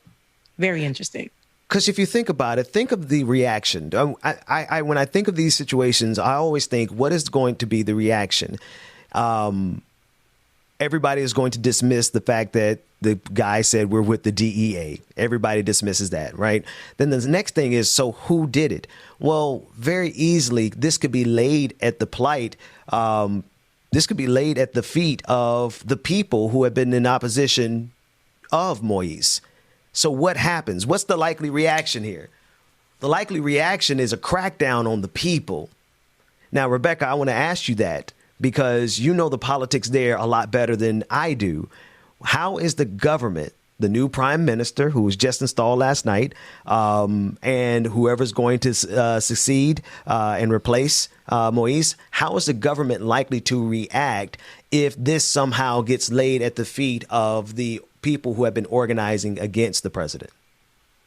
You're going to see how they frame it. It's going to be how they've been framing it. It's the, all this violence in the streets, the guns, They're going to frame it as if it's the people and not the government, right? And like I said, many times the government partners with people on the outside in other countries so that they can give these other countries what they need to continue to abuse Haiti and keep Haiti where it is, where they can utilize Haiti for its resources and then put out in the world that Haiti is just this third world country that ain't got no help, right? To keep it there. Because if you keep it there, we can continue to abuse it and use it.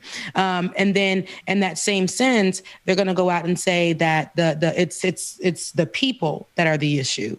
The people can never get it together. This is going to be the thing that they put out instead of pointing the scope at the government. My question is, in which I want to see, what does this mean for Haiti in the next few days? And I don't even say the next few days. I mean in the next few moments, because I can guarantee you that as the sun is coming up, the people are in the streets already. There are a lot of people that are probably wailing, people that are confused, people that don't know, because this was not the way. Even though the people were outside protesting, they were protesting for a structure.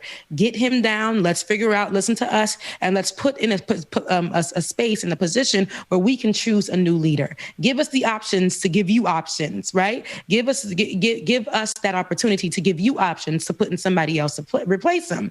This was not the way. When the people who were actually protesting for a change, this was not what they were speaking about. about. They weren't speaking about assassinating. Yes, they will burn stuff down, but they were not speaking about the assassination of the president. So this is not something they should this at no point should any media narrative go out that suggests that this was something that was done on behalf of the people of Haiti. Mm-hmm. But you will see as it begins to come, because if you look on CNN right now, they're saying this comes on the heels of Haiti having political unrest, and they're not even able to agree to anything, basically forming like it's the people and the people who already didn't like them and the people. And here's the thing.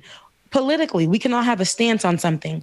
It's okay for Haiti to say that this man just doesn't fit the position. We need somebody who's going to listen to us and hear us out. That's okay. That is okay. And it's okay for people to go out and protest about that. That is just fine. We do it every day here in America.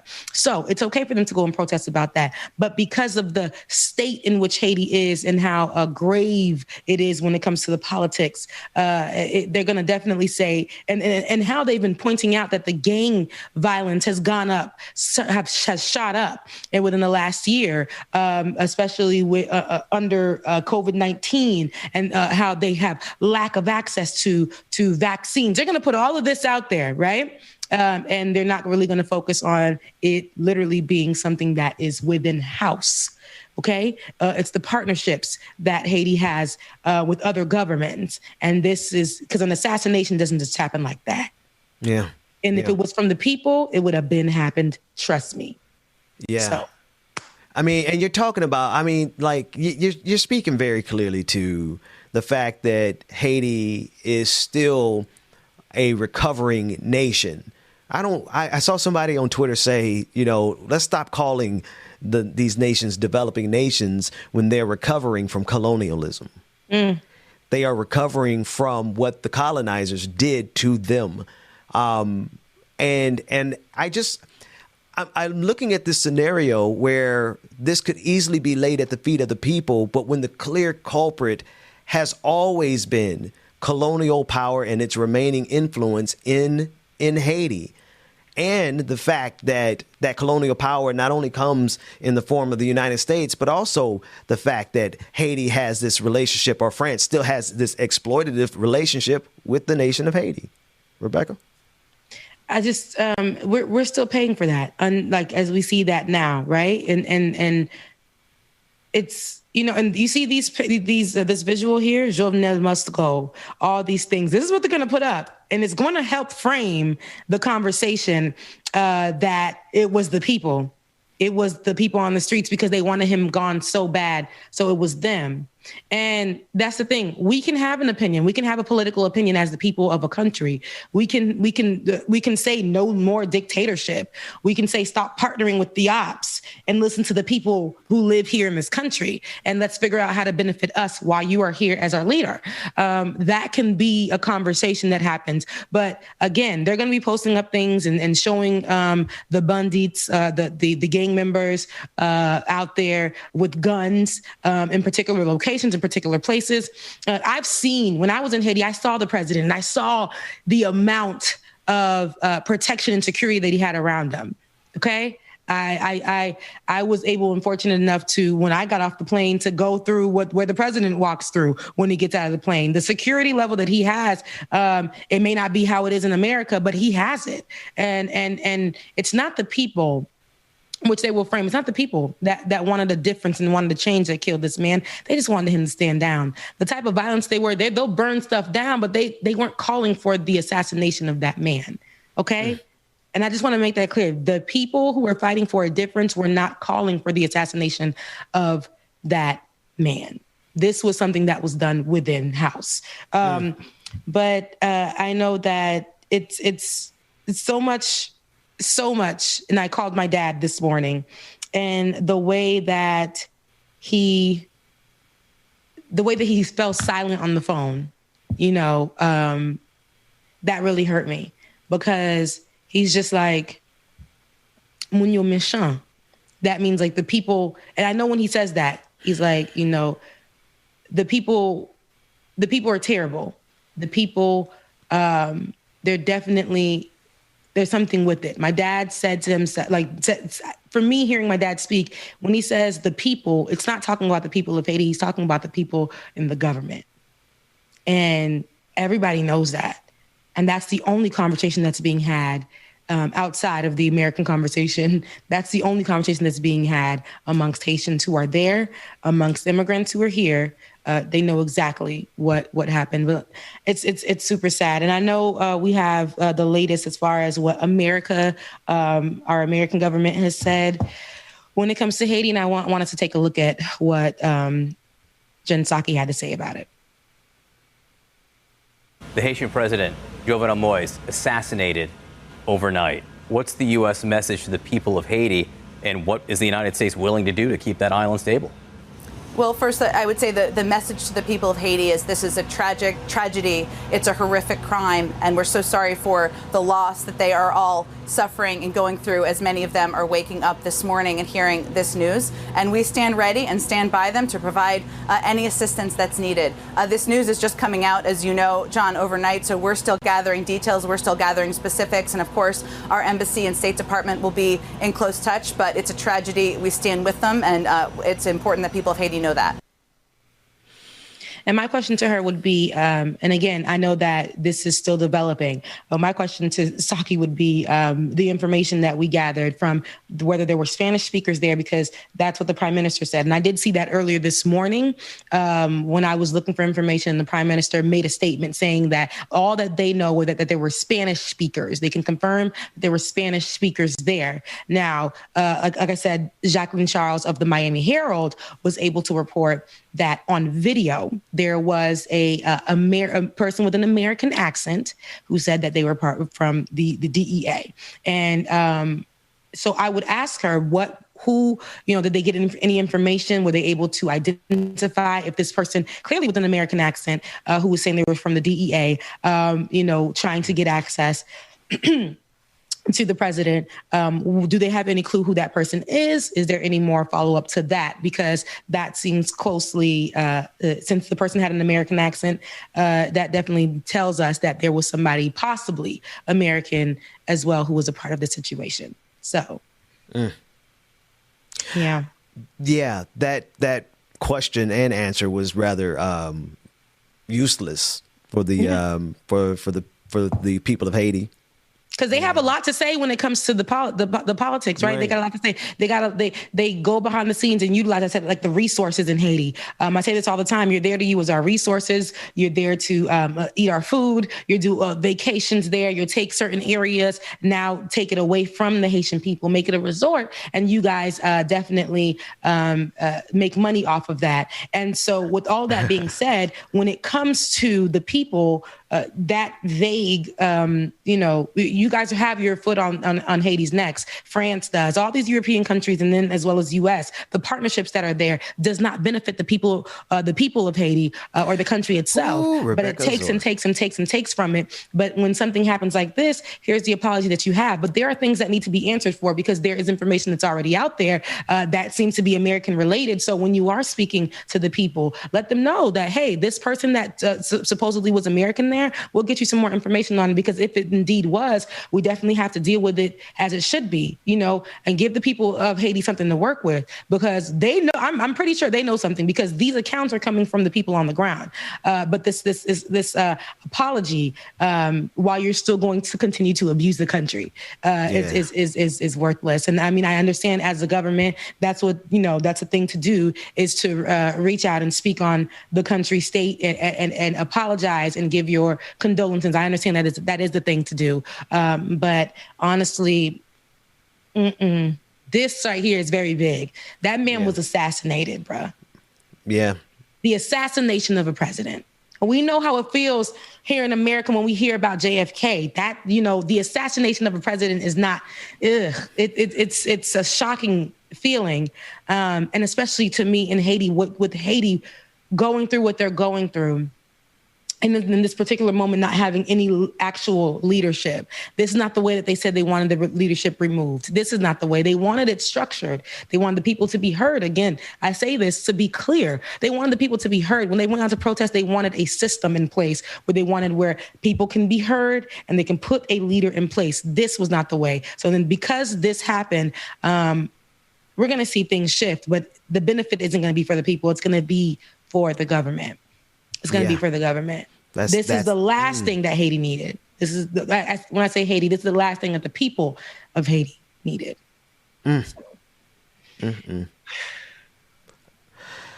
Bubba, I don't have your audio, Bubba, but you may be going out to the public. So just Rebecca, can you hear me? I can definitely hear you. Were you trying to talk, sweetheart? Oh yeah, I was saying something. I think I was just muted to y'all, but that's my fear is that I'm scared for the people, for the simple fact that they didn't need this, and like Rebecca and Ben said, it's scary because it almost looks like it's going to come back on the people, and now it's going to be more attacks and everything else on the people versus where it needs to be, their government. Because I really do feel this was an inside job. Yeah, inside job with help from others. We'll just say others. Yeah. Yep. Yeah. And as like I said, they're going to try to make it as vague as possible. I don't understand why the prime minister, who just was seated yesterday by Jovenel Moise, is saying all he knows that they're Spanish speakers. Come on, y'all got to have more. I'm going to say this phrase. I'm talking about intelligence in the form of American CIA intelligence. I know y'all got more intelligence than that. Mm-hmm. Right. I know you have received a profile of who these people are from the American government at this point. Right. For sure you've gotten an update because this was our dude. When I say our dude, I'm saying the American government's dude. Yeah. Now, listen, I don't know if you got, call America. If you need help, America has all the intelligence. They know exactly who did it. And I say that to say there is a relationship that this country, the United States, has had. And Rebecca, you went down the list, or actually you mentioned it, and it brought up the list of all the people who've got their hand in Haiti right now, particularly from the United States. I mean, obviously the earthquake in 2010, where so many people went down there in the name of doing good for Haiti, and they turned around and exploited Haiti like that nation has been exploited since time immemorial. Mm-hmm. Look, as I'm looking at these comments and things, it's a lot of people who don't it's a lot of Americans and white Americans, I would say, that are saying, oh, it was definitely the Haitians themselves that murdered him, with no partnership with the mercenaries or the CIA or whatever. You see, if we leave it to people who don't understand and who don't really know how government works in Haiti and how corrupt all government is to me, but particularly because Haitian government is so partnered and puppeted by other countries, and one of those countries being the country that I live in today, and that's the United States of America. They don't understand that they literally just partner with people on the street level and in gangs and things of that sort, and they'll basically use them to do the dirty work. And this is why I can't allow the conversation to be headed by people on the outside who think they know all kinds of government just because they know a few things. But when I'm telling you right now, y'all, as the information begins to drop, you guys will see and you guys will understand. But God bless Haiti. But again, like it or not, we'll definitely be behind this information as it continues to develop. We'll be giving you the updates as the information comes to us. So let's take a quick break and let's pivot from this. And Bubba, give us something nice, and we'll be right back. You want that same song? That one from earlier, not the one right before, but song? the soul song. Yeah. The soul. I know what he's talking about. Oh my God, that thing had my heart going like, yeah. Let me hush and let you play that. Ben loves a lot of funk music, Rebecca. You see that? Oh man, it's in my soul, baby. Oh yeah, I see that. He's so old. Baby, you set my soul on fire every morning and every evening. And maybe we can't get any. Baby, you set my soul on fire.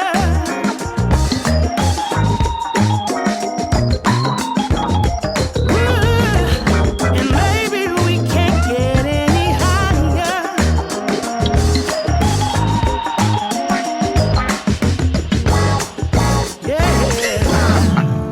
I am You want to go down downloading the that Soul Train song. line, put my hand Right. up, take it down. I was about to say. Bring my hip. Got Yeah. Ben looking like the Blues Brothers over there. That's why he like it so much. Yeah. Rebecca over here looking Them like things better have- like them she's things from the better be- 70s dancing Oh, yeah, with the bun. So I love it. Yeah. No, that's a bop, man. That's a bop.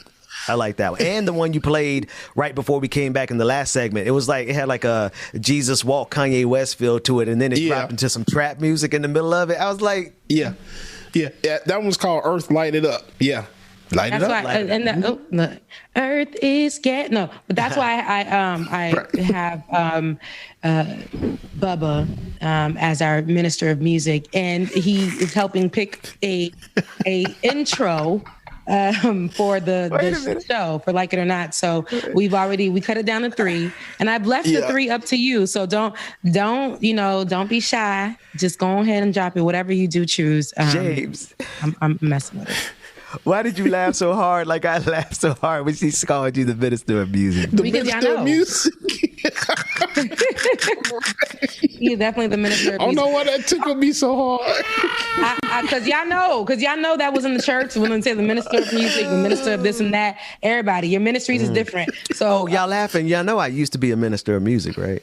yeah, you tell us, and you told us how you was about to bag Ty Tribbett's wife.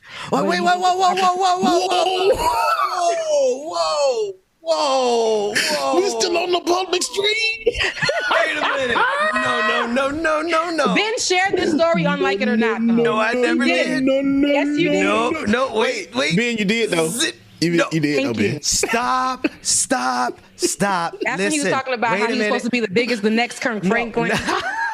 It was just his whole rant that Ben went on. No, You did. I don't know about. See, that was listen. That was caused by post-traumatic COVID syndrome. Like this has been a hell of a pandemic. That's all I can say. It has. But no. Just so the record reflects, this was at least 15 years before I met my wife, and I. You said that too. Yeah, right. Okay. You said that part. You said that too. And I was at a Bobby Jones. Okay, because I know the festival. Yeah, I was at the festival. You explained it. You cleared it. Yeah, you definitely broke it down. You said, and then let the record reflect that this was 15 years before. You said that too back then. Yeah. You made sure that all the bases were covered when you were telling the story. But anywho, hold on, Ben. I'm gonna shoot you some bail real quick because even though you might have gave all that context when you first said it, there won't no context just now. It was just like, bang, we gonna throw the big joker down and just get up and walk away. So we got to make sure we provide context at all times. Listen, and I want to also make it clear on behalf of that sister that she was like, hold up, because her response was literally like, you don't know who I am, and I was like, no, my bad, I don't. She said, that's my husband on stage, and I looked, and it was Ty Tribbett on stage dancing and doing this. I said, my bad, and that was that. I went out about my business. Okay. Yeah, she was like, check yourself, fool. But that's okay. We win some, we lose some. But she did recognize me the second time she saw me, though. You're recognizable. Like, and who doesn't know Ben Dixon? He's winning right now. But they actually have a church. They actually have a church out there in Orlando. My girlfriend goes to their church. It's on the Holy Land. So if you guys are ever in Orlando area, definitely check them out if you go to church. Because Ty Tribbett is a really good. I like his preaching. But yeah, and then that same time, I did tell you guys that Ty Tribbett had got me together. Had got my little 17-year-old self together because he was talking about Chris Brown, and I was like, "Oh, Chris Brown," and he was like, "Sis, no, you know what? Come here." And he made me come up to the stage and had this whole, it was terrible. And then in my college though, I ended up actually interviewing him. And he remembered. So, and it was a good interview though. But I guess we'll take it to the after party. What? We already in the after party. If people can't tell. Look, we already there? All right. Rebecca just letting the clip go on everybody today. That's what Dwayne said. She ain't got me. I mean, I guess she did call me the minister of music, so I guess I was ready to jump in there and save Ben. I just didn't have the bars and tone queued up fast enough. I was ready to hit it. I just didn't have it queued up. Listen, some stories absolutely require context every time you tell them. Okay, so that story requires, and I want to give.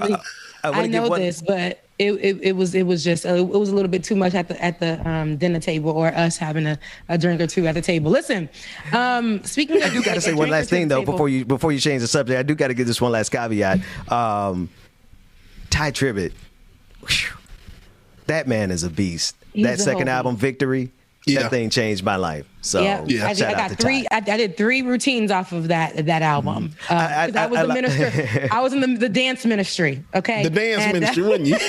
I was in the dance ministry at the church, y'all. And I kid you not, on that album. I got the victory. We did a few of them songs, and we definitely won. You know, when you go to other churches. That was my favorite song to mess up on the organ. And was you do the Victory. competitions, and we won a few of those. It's crazy because in church, I was the minister. I was in the dance ministry. I wouldn't say the minister of dance because you don't say that for women, I don't think. But I was over the dance ministry as a little thing because you know how church folks do. They're gonna get the youth and be like, God has called you. And they're like, God did not call me to do nothing, but God has called you to go ahead and lead the dance ministry, right? And you about the same age as the rest of the folks you teaching, but they're like, God has called you to do that. And y'all, I danced to Let Me Cater to You. Wait. Rebecca. Wait. I danced. Wait, flag on the play. Destiny's Child, Let Me Cater to You. You did Michelle part, right? When it's been that song. And mind you, we had partner dances too, dudes.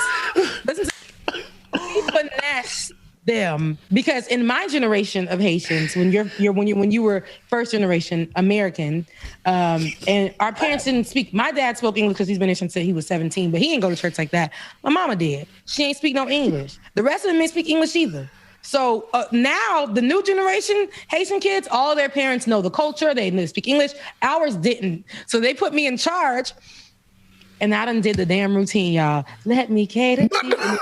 Literally rolling my hips, and I ain't even had none. Okay, rolling my little hips in the people church, and it was all for a day of love because it was it was for a day of love. Not only did we dance to that.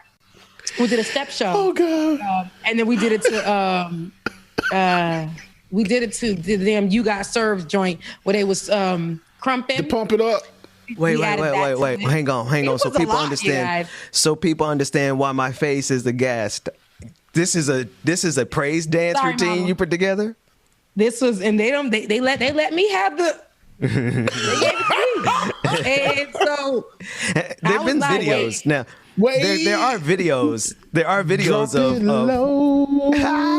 Jesus. That was Rebecca. Right. Drop it low for Jesus. Yes, that was the vibe. And I was a kid. I was in high school, but I wanted to. I want to tell y'all something so bad, but I respect my church too much to tell it. So we're going to really have to do. This will be told. I'm going to tell the secret about this segment at the patron party, like, because y'all are killing me. Ooh. You did a lap dance at church.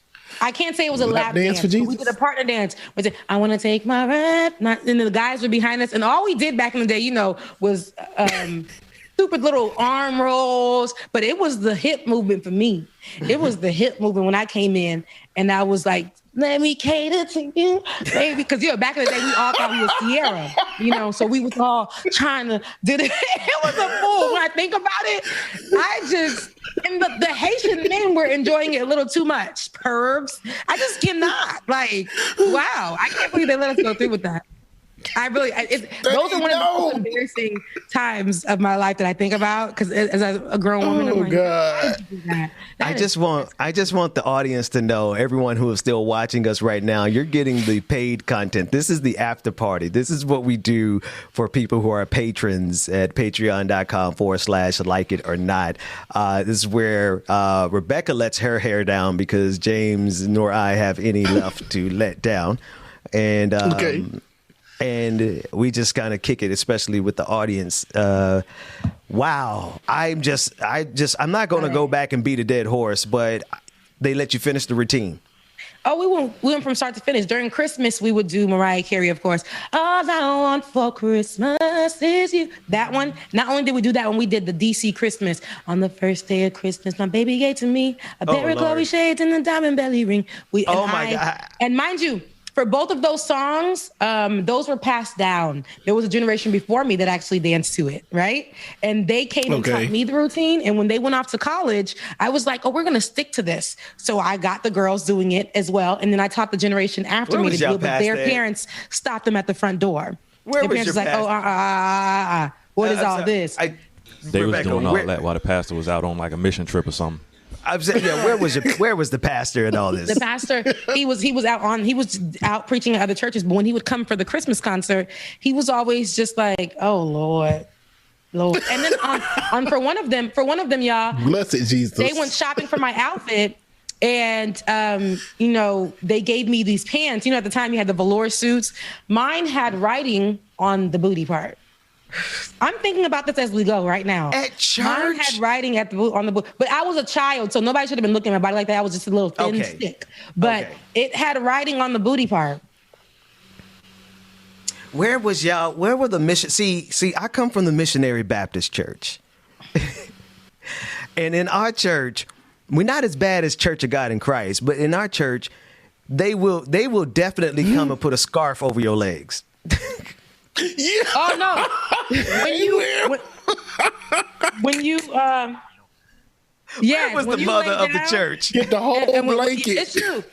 They would definitely when they would definitely have the kids be like, you're touched, and them kids be falling out too. I'm like, you ain't fine, but they'll cover their little legs. Or if we're sitting in the front row, and especially with me because I have really, really long legs, they'll always be like covering me up. But when it came to my creative side, they let me do what needed to be done. They never stopped it. And like I said, we went to a Pentecostal church, but we are Haitian, so there are things that we do within our church that Americans are going to look at and be crazy. The type of dance style that we do when we are doing praise and worship, you might see a little bit of hip roll. That's because it's in our culture. Like it's just in our culture to do that. We're not trying to be sexual.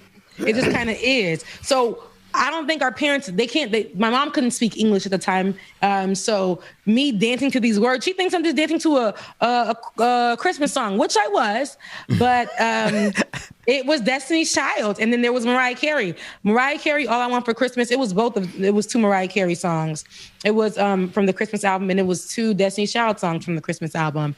And we did what needed to be done. I know. I'm thinking right now of, I'm not going to call her whole name, but Sister Hay. I hate the way. Sister Hay from Boynton Beach, Florida. There's no way in hell that any child would have got up in somebody's pulpit dancing to some Beyonce, because she would have intercepted them at the pass. Oh, man. But I do love one thing that you said, though. I don't think, I had my homeboy is Jamaican, and I went to so many Jamaican services, and the movement and it's an energy, and you connect with it as a black person. And I won't turn back. Because I want to see my Jesus someday. And then it's like the Caribbean music. I got my mind made up. That's and it. I won't turn back because I'm going to see my You gotta sing it like the little girl. Someday. Oh my God. So I have a question. Go ahead. That was so inside. That with the Jamaicans sitting right. I mean, a Jamaican pastor. The only thing that I think of is praise the Lord right now. You got to do it. Praise the Lord. Oh, I wouldn't be able to sit through it. I'm sorry. Don't come for our Caribbean churches. Don't come for the West Indian churches. It be true.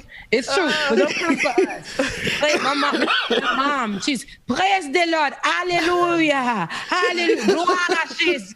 Béni soit l'Éternel. Béni soit. That's all of it. Like that. And they just. Yeah. Nah. I love. Man, I love you. diaspora. Do you know that? Jesus is coming back. Jesus loves you so much. Do you know that? Do you know? Okay.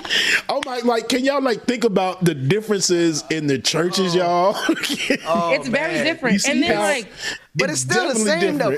But there's a rhythm, there's a beat, there is a no matter what church I've been to, like I'm trying to be serious here for a hot second. Just give me. Have you been an interpreter? Because they usually use the interpreters at the church. I don't know about the Jamaican church because they're still speaking English. It's that at our church we would always have an interpreter, and the interpreter would come, and like. It's funny because they never got they didn't interpret correctly, ever. And me being a bilingual child, I would always look and be like, that's not what that man said. They'll be like, the pastor will say, bon Dieu a vini. Si nous pas li Bible, nous pas comprendre le bon Dieu vini. And that's like saying like God's going to come if you don't read your word, you're not going to know when God comes, right? And then for them, they're going to be like, the Lord said you must be in your word. That is not what was said. The white missionaries swear they know Creole. My brothers, James and Jonah, shout out to them. They do a skit online. They're big within the Haitian social media influencer community. And their names is James and Jonas online. Definitely find them, James and Jonas. But they do a skit, and a lot of white people were offended because they'll take white and they'll put it on their face and they'll play as missionaries. And they play as missionaries. And I actually get one of their clips and I'll bring it. I'll get it for you guys. But they'll play as missionaries, as white missionaries, and they'll be like speaking with like a heavy white accent. And you can do it. And they'll be like, "Nous pas comprendre ça, bon Dieu gain pour nous law." Like that's literally how they be talking. And then they'll be like, "Bon Dieu ramène nous en pile." And then they'll be like, "That means that the Lord loves you a lot and Haiti." Like they'll say stuff like that. But it's funny because while they do that, they actually touch on different situations of white missionaries in Haiti. They'll touch on how they are low-key rapists, right? They'll touch on how how they come to the community and are actually and not all missionaries, right? But the ones that we know will come and make money off of the people and say that they're going to build and don't build anything. Right. And that they say that they're under the guise of Christianity, but they're actually don't even care about the religion. They're just there to create a cult. And all that. So my little brothers actually do something like that. So if you guys get a chance, I'll probably put look for something of theirs and I'll play it tomorrow. But their names is James and Jonas on Instagram, and you'll see that there's skits as well. James and Jonas on YouTube, Haitian American Productions. So my little brother is Jonas. That's my baby. But it's a lot. I needed that laugh. Yeah, it's a lot. I needed Mara. I can't stay in this chat room. Mara ass talking about hallelujah. No H. That no H. It's hallelujah. Hallelujah. And hallelujah. The Haitian women in church, look, God forgive me because they say if you always, but they be like, hallelujah. But if they're not saying the word, they're just saying hallelujah. And it's high pitch. Oh, wait a minute. It's just like, or some people be like, oh yeah, and it's like, hold on. If you got me thinking about person watching me say this right now, you know exactly what I'm talking about. Oh my God, why do we have that in every culture? I'm thinking of Sister Beulah. Sister Beulah would stand up, and now she was from the islands too, and she would stand up in the middle of the church and like, "Thank you, Jesus!" And then just like in the middle. Bruh, that was my grandmother, Lord rest her soul. And my mama, love grandmother enough, but grandma, we'd be in the old church in the country. It's like 10 pews in there, and that's it. And grandma be rocking. I love that. And I was like, thank you. I'm like, Mama, grandma, okay. Thank you. So when they do that, that's equivalent to the Haitian saying, Louia. That's the same thing as thank you. They literally do that. And then it's funny because shout out to Emmanuel. His mother, we know her to always wear the pointy bras, and she would always find a corner and point her fingers like this. And while she's in prayer, she'd be like, bonjour! And it's like, why she had to do all shout out to Emmanuel, my bad, bro. That's like my cousin, but she would always point at the direction, and she would face herself to the corner of the wall, and she would point, and she would scream like this. And we always knew it was crazy. Shout out to the people who grew up in church, and we knew we wasn't paying attention to nothing that was happening. How the people was falling out with the Holy Spirit. Was it the same? Listen, forgive me. Because, was it the same in Haiti as it was for us? The hardest part of being in church as a kid was trying not to laugh when everything around you was funny as hell. And it's crazy because the kids in Haiti they're very mature. At 2 years old, they're having full conversations in Creole, like a grown person. And yeah, they'll laugh, but they knew what was up. It's the discipline in Haiti when you in church is totally different, but it's the same thing. We definitely be like Haitian kids laugh, like in Haitian churches, in Haiti, the experience is the same as a kid, but something about them kids in Haiti, those kids are so damn mature. It's ridiculous. Like they are like, they're preaching too at like 3. And it's not baby language. Those kids have full vocabulary, and they'll tell you what Jesus said. Okay, those kids literally be called at 1.5 to preach the word. But shout out to our Kringlish crew. La Jeunesse, if you've ever been to La Jeunesse, you singing all the American songs that we learned, and we remix it in Creole. So it could be like a Kirk Franklin song, and we'll remix it to Creole, and we'll be traveling like we was the hottest. We all wear the black unified suits and then have like the colored button down underneath. Thought we was doing something. Shouts out to the youth from back in the early 2000s, man. Yo, Rebecca, I want to say something real quick, but then I want you to get the last word on today's episode and close us out, because you said something that really struck my heart just now. You talked about how the young people of Haiti have to, they're having full-grown conversations at 3. And the first thing I thought of was because of the fact that they are a recovering nation, a nation recovering from colonialism. A nation recovering from the earthquake, but not just the earthquake, but the exploitation that came as a result of all the hands that came and snatching and stealing. This is a generation of Haitians that are, and you'll speak to that.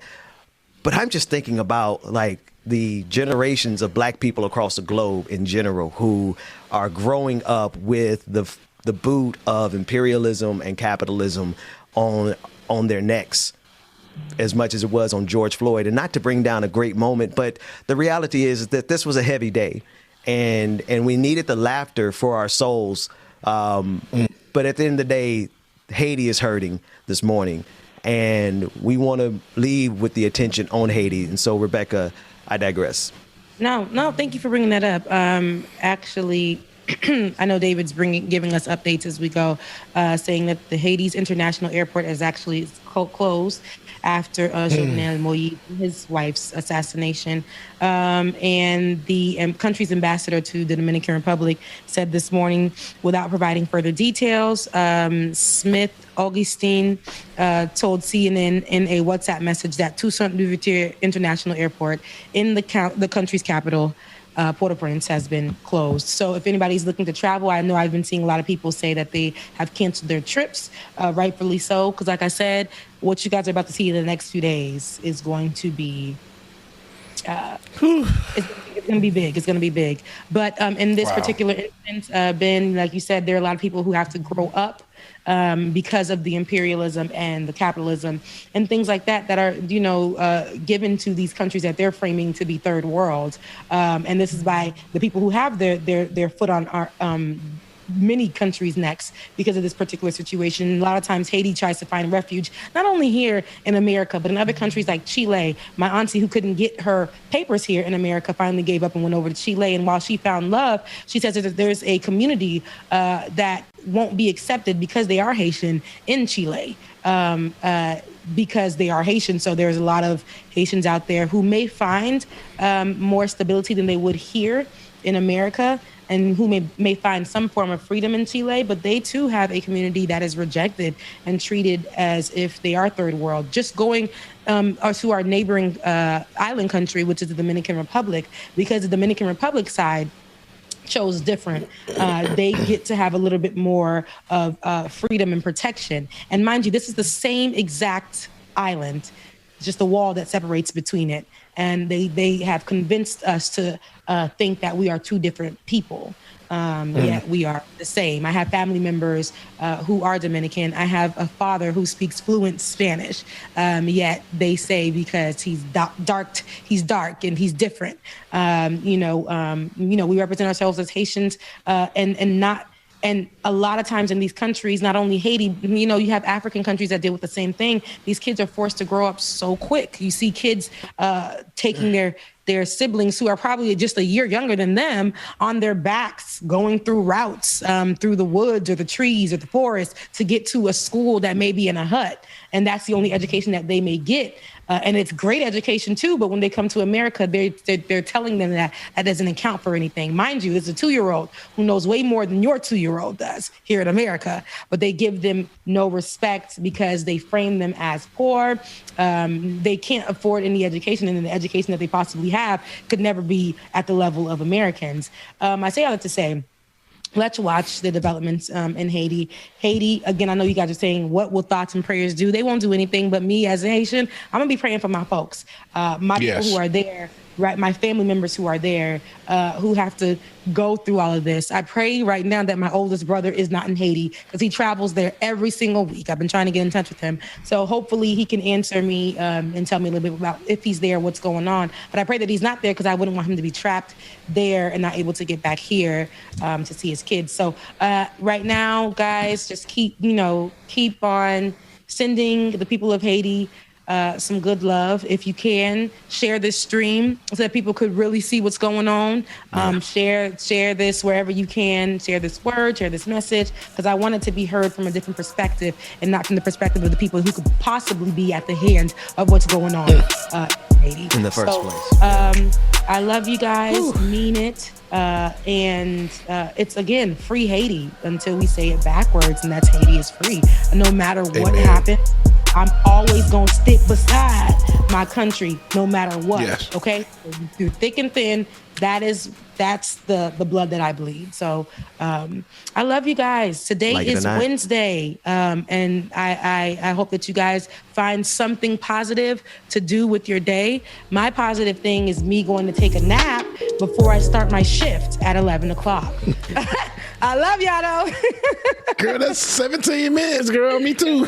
That's a good power nap. That goddamn shift. But, that's all right. I'm about to go. DJ I can't say what I'm going to do. That's all right. Love y'all. Mean it. I'll meet you there, James. Bye, guys. Right.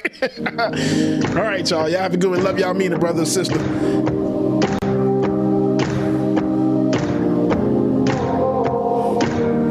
All right, y'all. Thank y'all again so much for tuning in. Y'all know what time it is, so I'm going to give you a bit of light it up before we leave out, y'all. Thank you so much again for tuning in today. You did get the extended public show.